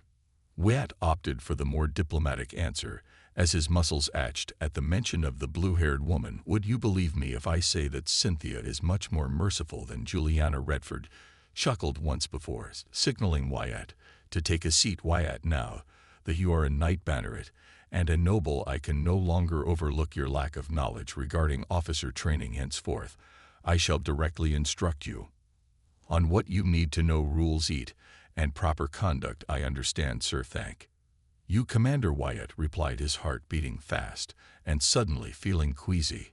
Officer, I'm actually going to have to be an officer now. I'm going to be terrible at it. I just know it. How can I compare to a noble train to be an officer as your first official role? You are now my second in command. Regarding our fighter forces, including you, we only have 40 pilots. The pilots I picked were not the best of the best, but rather the least troublesome given our peculiar circumstances, he explained, and passed the flabbergasted pilot a data pad. Epsilon Squadron is no more. You shall command a new squadron, our most veteran and accomplished squadron aboard the Nor Navio. It may not be much, but Princess Clara deserves our best efforts and recognition of her forces, Redford clarified, and stroked his chin for a moment before continuing. This data pad contains all the information available on our current pilots. You may select whichever 4 you want to be part of your squadron. Furthermore, you can, if you want, showcase your status as an ace and the veterinary insignias on your chosen fighter, and as a knight banneret you may also display your heraldic shield. However, I advise that you don't. It could mark you as a potential target to enemy forces. Redford's expression was hard to read, but there was regret, exasperation, and sadness on his features. For a few moments, too many lives have been lost because of that display of needless hubris. He sighed, and his serious expression returned. Is that understood? Lieutenant Wyatt looked at the data pad, then at Redford, blinked twice, and took the data pad. Understood, sir. I just have one question. Yes, Redford pressed. What will be the name of my new squadron? He asked, feeling uneasy yet oddly excited at the same time. In the span of 2 minutes he had been placed right under Commander Redford, leading their limited and meager fighter forces, but it was so much more than he could have ever imagined. Not only that, but he got to choose his squadmates too. Not even in his wildest fantasies something like that ever crossed his mind, which only made his heart race faster when he saw Redford give him a knowing look. Whatever you want, just please think of a better name than Nor Navio. Wyatt saluted. I will try, Commander, and I think I know how to, he thought. A second later, alone in his cell, Frederick Anderson, a proud commander of the Army military forces, could only groan in pain and frustration, as the bindings on his body prevented him from moving. Meanwhile, the occasional electric shocks that coursed through his body forced him to stay awake for far longer than even his implants allowed him to. Without repercussions outside of his cell, 2 Royal Marines kept a silent but unflinching guard over him while cameras. Lieutenant, his instincts kicked in, and he stepped aside, giving them ample berth, and slightly lowering his head in submission. Looks like a commoner will always be a commoner, no matter the laurels set on its head, the technician said, crossing her arms tightly against her uniform. Her companions snickered at her words, but said nothing for his part. Wyatt ignored her comment and focused on what mattered. Leaving the trio behind, he made his way to the same bench he had used the day prior and was surprised when he found the members of his squadron already waiting for him, all 4 of them chatting idly, and yet to notice his presence he felt a wave of anxiety and dread fill his chest. But now that he knew what his sickness was, he could fight against it. A deep breath and a sound exhale later washed away his worries just in time for Leopold to notice his approach. It was almost comical how his fellow commoner jumped to his feet and gave a crisp salute, only to be shortly followed by his 3 comrades. I'm never going to get used to being saluted, am I? Wyatt wondered as he came to a halt before his squad members. At ease, he commanded, and they obeyed. We will run through more simulations and work on our cohesion. Our performance yesterday was terrible, he said bluntly as Gregor and Raquel flinched at his words. And it was entirely my fault. Pardon, Nar exclaimed after a second or 2 of stunned silence.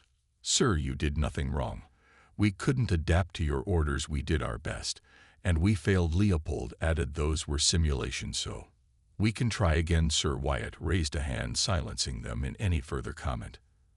They may have let me speak and be honest with you. All our performance yesterday was entirely my fault. He began, his expression serious, unflinching. He felt oddly at peace instead of agitated. Smiling internally, he continued, I was feeling unwell, more than unwell, in fact. I was a commoner not too long ago.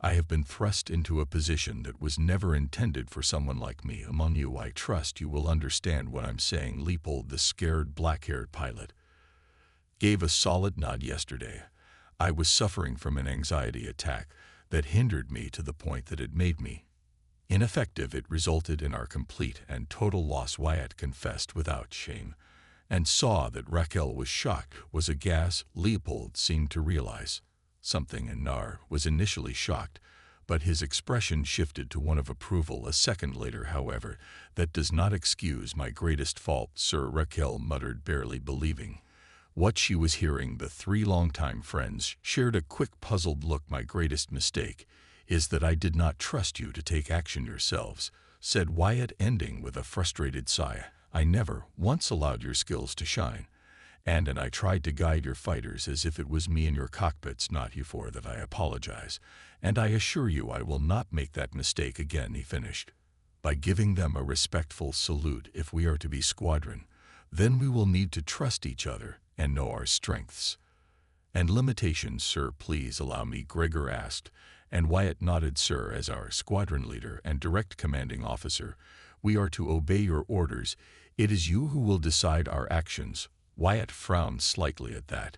And what did we achieve thanks to that? I was not sound of mind.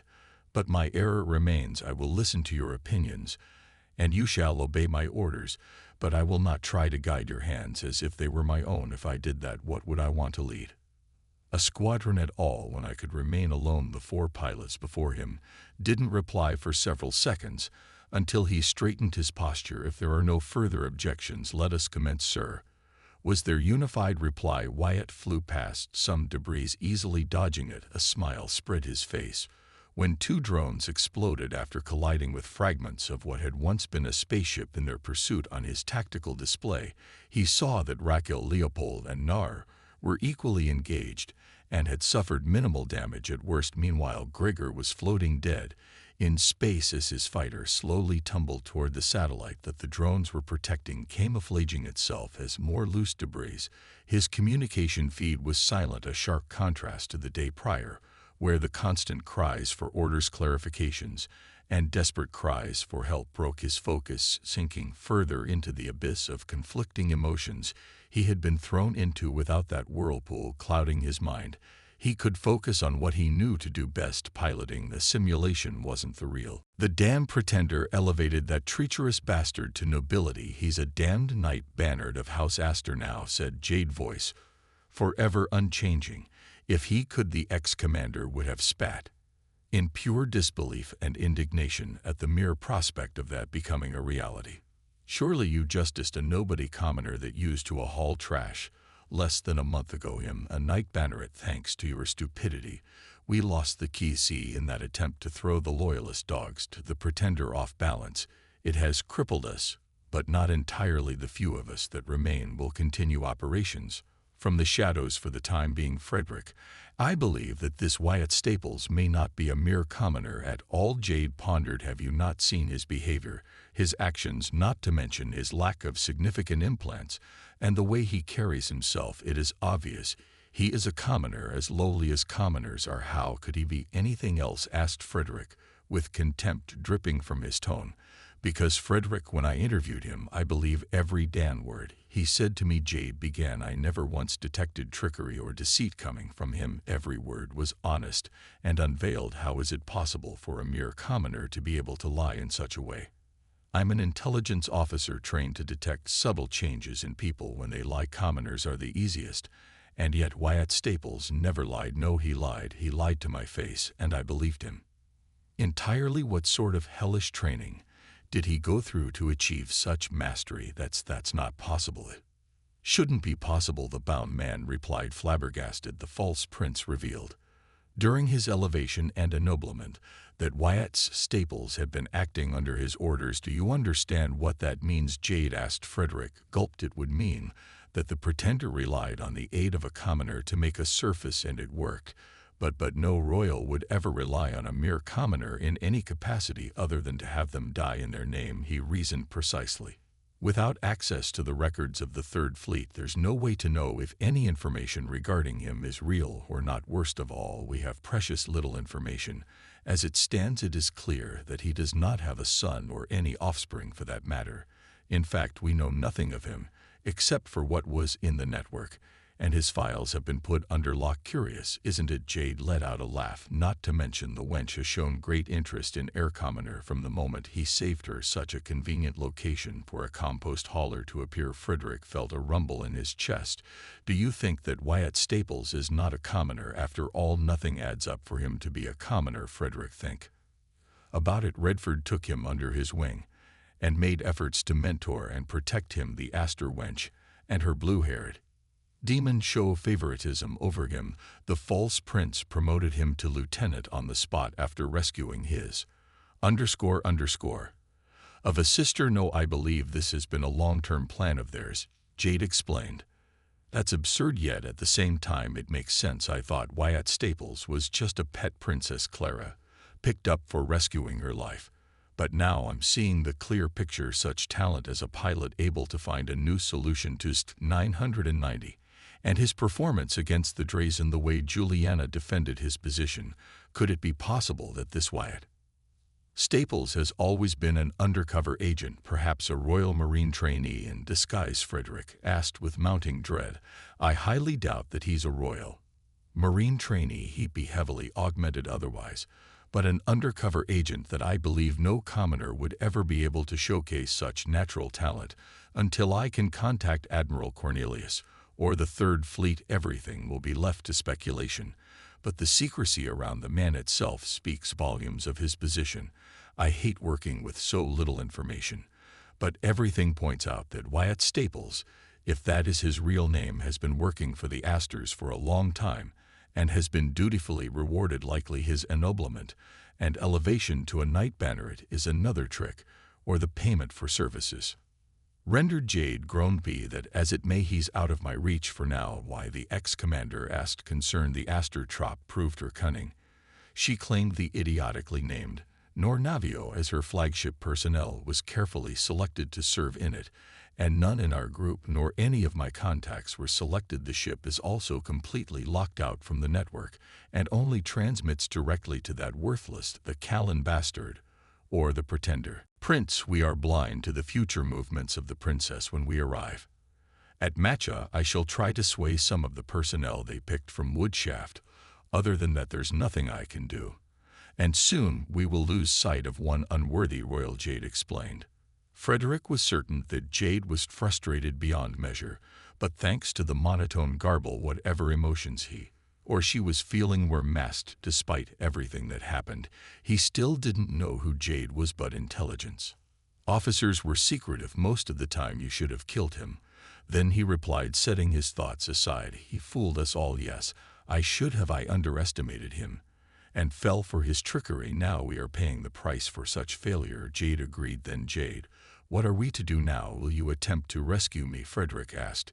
Even if I wanted to, Frederick, I don't have the manpower to make any such attempt, not to mention that the damned royal watchdogs would tear us to pieces before we even make it to your cell. I'm afraid I can't do much for you. It's nearly done, Jade exclaimed. Jade, you miserable rat. What's nearly done? Answer me, you disgraceful wretch.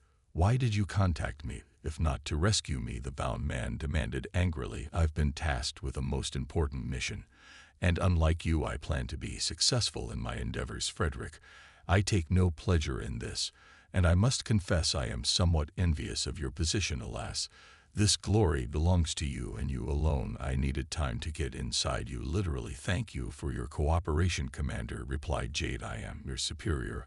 I won't be able to hold for more than 2 or 3 more days at this rate.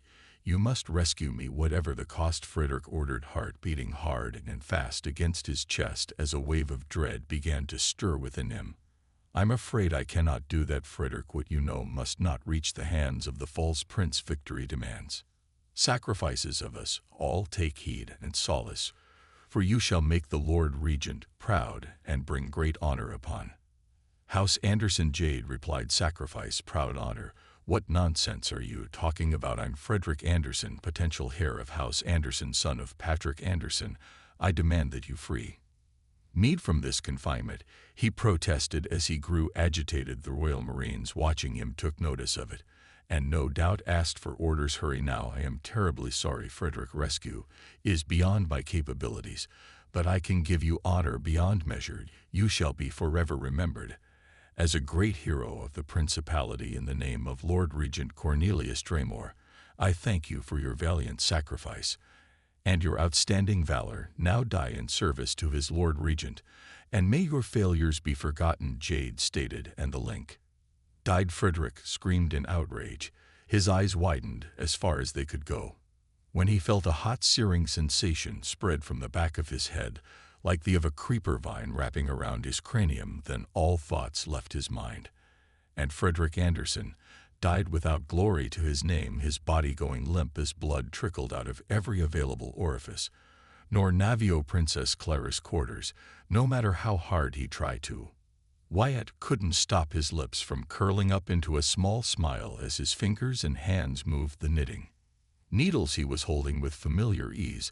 There was no hurry to his motions as the strands of yarn were put together to form a pattern. As his hands moved, his gaze traveled to the two women he was accompanying. The quarters of his princess had once belonged to Samuel Ken, and had been overhauled and modified to fit the standards of a royal princess. Compared to her old quarters back in the Exalted Virtue, her new room was bigger, more elegant, and beautifully decorated with paintings, a few plants, and other pieces of furniture. And yet the welcoming science remained the same. Just by her presence alone to his right, Clara was relaxed, her hands moving faster than his own, and with great expertise, while humming some odd melody he didn't know. To his left, Cynthia's stoic expression returned, but her movements were clunky and stiff. Her right eye twitched every time she made a mistake, which was often, and was forced to undo several knots to fix it and continue from there. Even though she's made my relationship with the floor a rather intimate one, seeing her struggle like that is both hilarious and a little sad. She's trying, but she's not that good at it. Clara wasn't exaggerating, Wyatt thought, as he stopped for a moment to reach for his teacup and take a sip from it, sighing in satisfaction at the sweet, sweet flavor of the beverage. He was half tempted to reach for another cookie, but he had eaten more than the two women, and he didn't want them to think he was as glutinous as a clica. Instead, he reached down to the small bag he had used to carry his knitting set and pulled out a jar half filled with apple-sized dried-up green-orange and lavender-colored insects. He pulled one out and bit into it. With a satisfying crunch, the rich, sour but satisfying flavor of the liqueur filled his mouth, and he munched on it happily. "How can you eat that?" Cynthia asked, all of a sudden, her eyes fixed on the liqueur, while her expression remained neutral. Wyatt munched faster and then swallowed. "They're just bugs. Every commoner in Volantis eats them," he explained. "They're a bit sour at first, but they're meaty, and you get used to the flavor quickly. Pretty filling, too. You should try one," he offered sincerely. "Thank you, Wyatt, but no thank you. I don't like bugs," Cynthia replied. Clara giggled.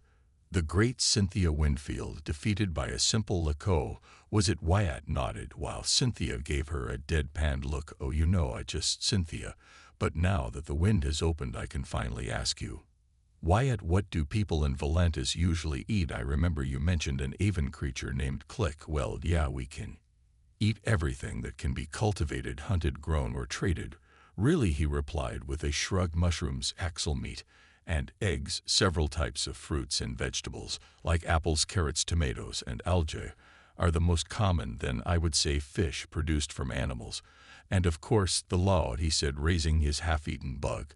"We also eat other bugs, like the wren-tea and the wallama, but those aren't as good in my opinion. Oh, and smoked meats from various animals, and bread," he explained before eating the rest of his liqueur and wiping his fingers on his handkerchief. "That sounds rather lackluster," Clara replied. "What about baked goods and spices?"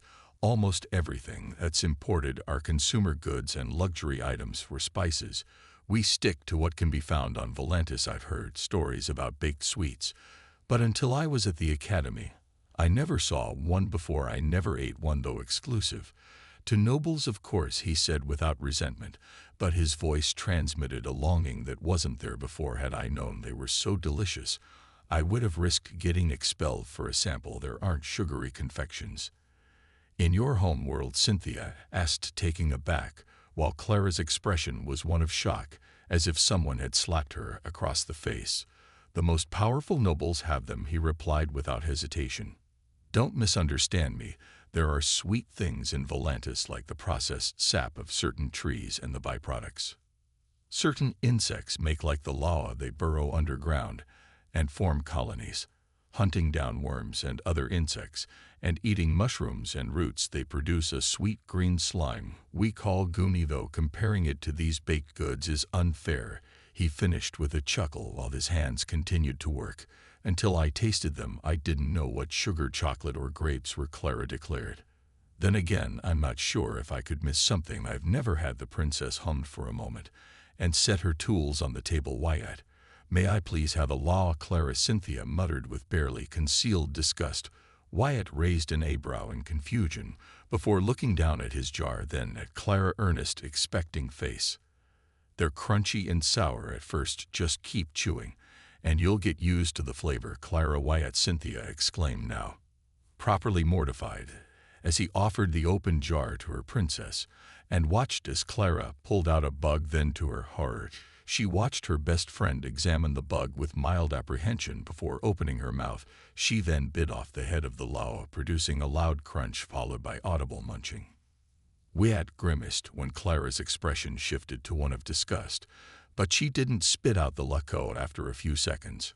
Her expression shifted from disgust to one of intrigue, and then to one of mild satisfaction. The princess swallowed after chewing on it for half a minute, and he leaned forth, intrigued by her reactions. That wasn't at all what I was expecting, Clara confessed. It tastes like dried meat mixed with raw almonds and the saltines of a pistachio. But the more I chewed on it, the better the flavor became. I wouldn't call it a delicacy, but it isn't terrible, she said before taking another bite. Cynthia visibly shuddered. You're curious. It is a curse I must endure, Clara, she declared, dry, while her friend gave her a very smug look. With another shudder, she set her knitting needles aside and extended a hand to Wyatt. Oh, this will be fun to see. Wyatt thought with interest as he handed her the jar. Cynthia picked a lawa and looked at it disgustingly for several seconds until she took in a deep breath and ate half of it in a single go. The pilot had to bite his tongue to prevent himself from laughing when Cynthia's eyes went wide and the color left her face for several seconds. Regardless of her feelings, she began to chew, and much to his surprise, her disgust began to diminish, and soon her expression was one of curiosity and then surprise. He spoke up only after she swallowed. Is everything okay, Cynthia? It is not bad, Cynthia confessed her disgust. Well and truly removed. I've eaten bugs before, and they were all disgusting in every sense of the word, smell, appearance, and taste. But this laco is surprisingly good after the first moments.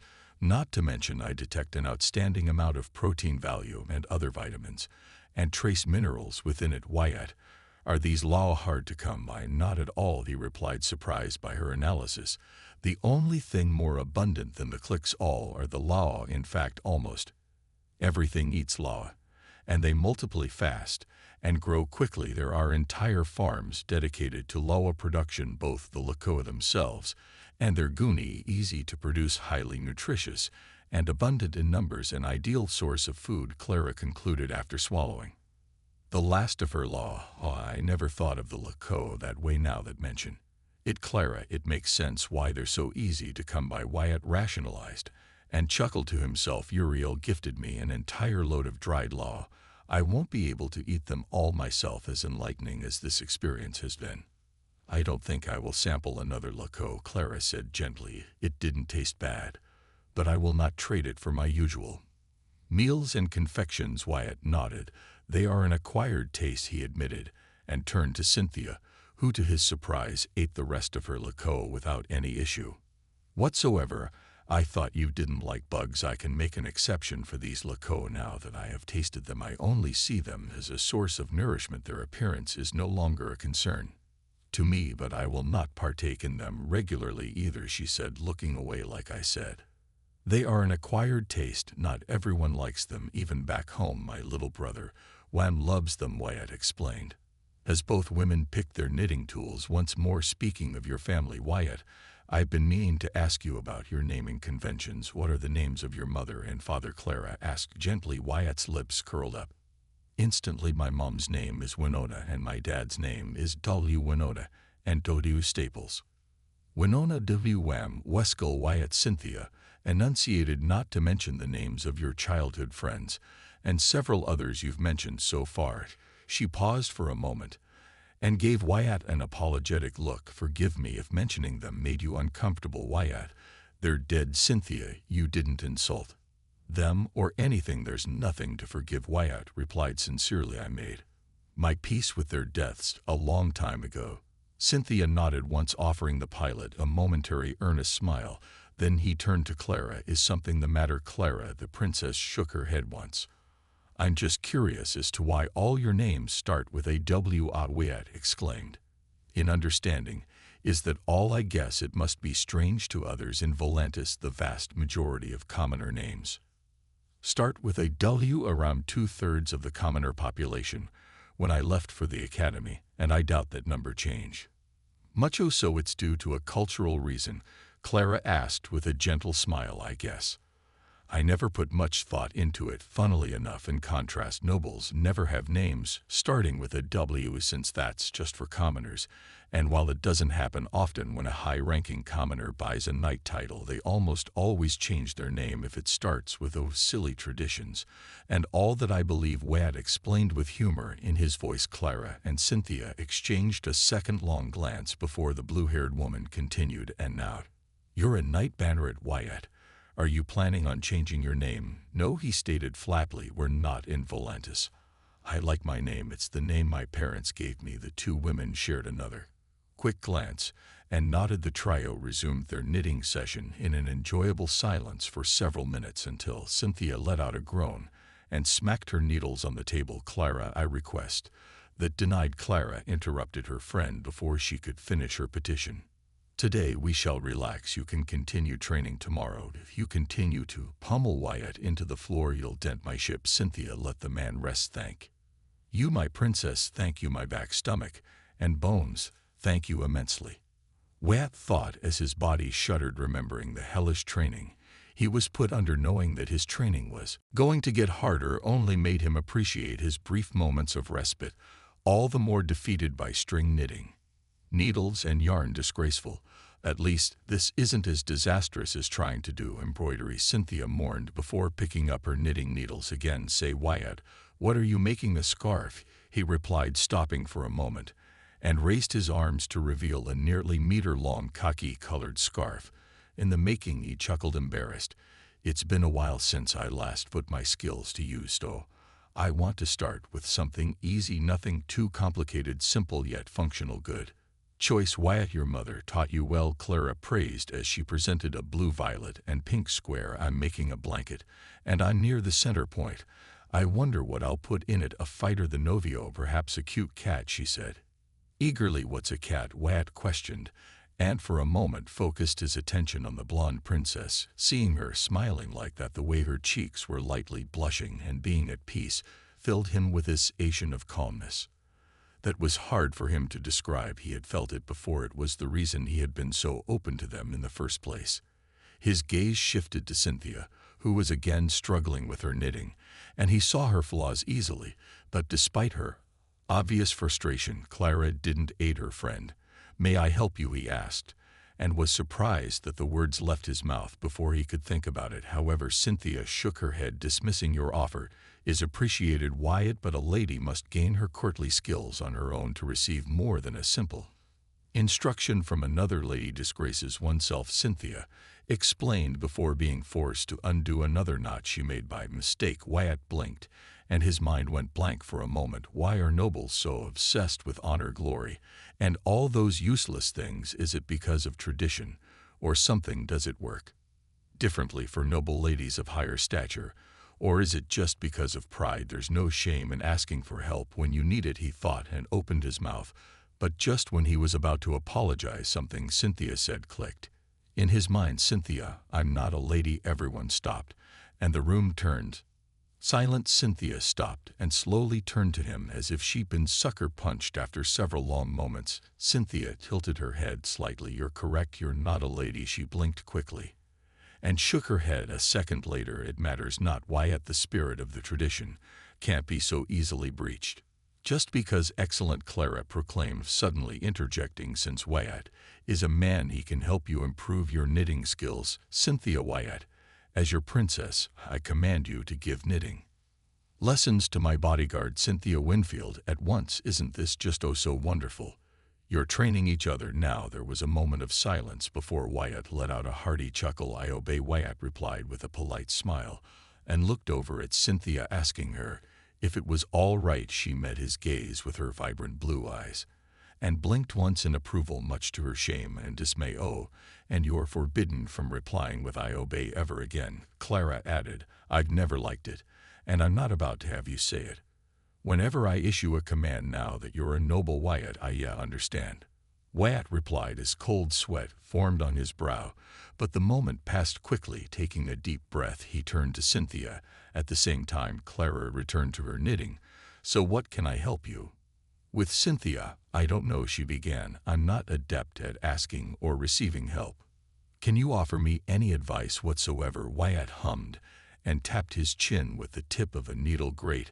I don't know what to do. I've seen enough of her mistakes to know she's bad at it, but nothing that some practice can't help. She won't be great at it, but perhaps I can help her enjoy her time. But where to begin? What would Mom do in my place? Probably pinching her cheeks and telling her what to do isn't a good idea. Or is it telling a high-ranking noble what to do feels wrong? But maybe I can show her. Reaching a decision, he grabbed his seat and fully turned to face a puzzled Cynthia, while Clara glanced at them curiously. Let's start with the basics. Follow the movements of my hands and fingers. I'll do it slowly, and when you feel confident to imitate me, do so, he offered nervously. If that's okay with you, Cynthia, as I am your teacher in the arena, you are my teacher here, I will follow your commands. Sir Wyatt, she replied with a barely perceptible cheeky smirk. In that case, Leighton, begin, he replied gently. The following 20 or so minutes passed in relative silence as Cynthia paid close attention to Wyatt's movements until she felt secure enough to imitate him. She fumbled several times, but whenever a mistake happened, it was easily spotted and eluded faster than the previous one. To her credit, he was only forced to I get the chance, Wyatt said, and a second later the call ended. O.W. mumbled, blinking twice in surprise, and then fainted where he sat. Wyatt, noble knight P. Wham started but fainted, joining his father's side a moment later. Wescall stared at the screen for several seconds, then leaned back on the couch, resting against it. Did Wyatt say he made a friend, he asked before he too fainted, joining his brother and father only when Alma Staples remained conscious, her shock slowly being replaced by a beaming expression of pure joy and pride. Stay safe, Wyatt, she said, her worries vanquished. For the foreseeable future, she would have to make sure to keep Wyatt's new position in life a secret, despite how much she wanted to yell to everyone who would listen that her oldest son had been recognized by the prince himself. Who could blame her? Her son had achieved something that was beyond the dreams and imagination of most people, commoners and nobles alike. She stood up and made her way to the kitchen to prepare herbal teas with bread and gumi. She knew her husband and son's tendency to faint when overwhelmed, always ready to tend to them whenever it happened. Her smile widened, and a soft chuckle echoed in her throat as she wondered how many times her oldest had fainted so far. Capital world of House Draymore. Alone in his office, Duke Cornelius Draymore went through several reports and other plethora of official papers that had occupied him for the majority of his day. As he read through a report detailing a recent logistical issue, he felt his mind divided between paying attention and lamenting that his son Gabriel was as staunch in his belief as ever. How I wish you could be at my side, Gabriel, he muttered softly before signing the paper and placing it on a much smaller pile to his right. Suddenly, he froze as an internal request for an audience came through from Veronica. A thought later, he gave his permission, and the doors opened while he took a professional stance behind his desk. In came his beautiful daughter, Veronica Draymore, a source of both pride and sorrow in his heart. She closed the door behind her, sealing them once more, and walked up to his desk before dropping to knee in full reverence. Cornelius resisted the urge to roll his eyes at her display and merely raised a hand in dismissal. Veronica, you need not kneel, nor bow before me. You're my precious daughter." Veronica shook her head, her blonde braided hair swaying weakly. "I may be your daughter, Lord Father, but I am but your humble hammer. I pay my respects as it is intended and right," she replied with unquestionable conviction. "If that will make you happy," the Duke said, signaling her to stand up. Of course she obeyed instantly. "What troubles you?" "Veronica, my Lord Father, I come to inform you that House I is no more. The ruinous traitors conspired against your just rulership, and plain to defect I made sure that the heads of these traitors were departed from their ungrateful shoulders, their entire bloodline destroyed and laid to waste," Veronica stated, beaming with pride. Cornelius narrowed his eyes, quickly accessing the network and the database to find who belonged to House Iality and its history, a fairly powerful house that focused its reputation and power on commerce, construction, and the production of basic consumer goods. Lackluster military achievements, loyal and diligent. At first glance he failed to see why or how they could be traitors. "I trust that you have sufficient condemning evidence," he asked, his voice somber and heavy. Veronica proudly retrieved a data chit from within the safe compartments of her armor and placed it on her father's desk. With as much reverence as she could manage, the behemoth of a man took the chit and connected it to his desk terminal. He connected to it and quickly absorbed the information in it, reading through it and analyzing it. The proof was substantial. He could grant that to his daughter. House Iality was found performing suspicious movements within their territory. Many shipments and small vessels were gathering in the system called GUI, bordering Tigan territory, in what appeared to be an upcoming massive expedition. Not only that, but there was substantial evidence that Housel was loyal to House Astor, not House Draymore. There were several confessions from captured family members who admitted to their treachery and had tried to instigate a major revolt across their territories in opposition to his claim.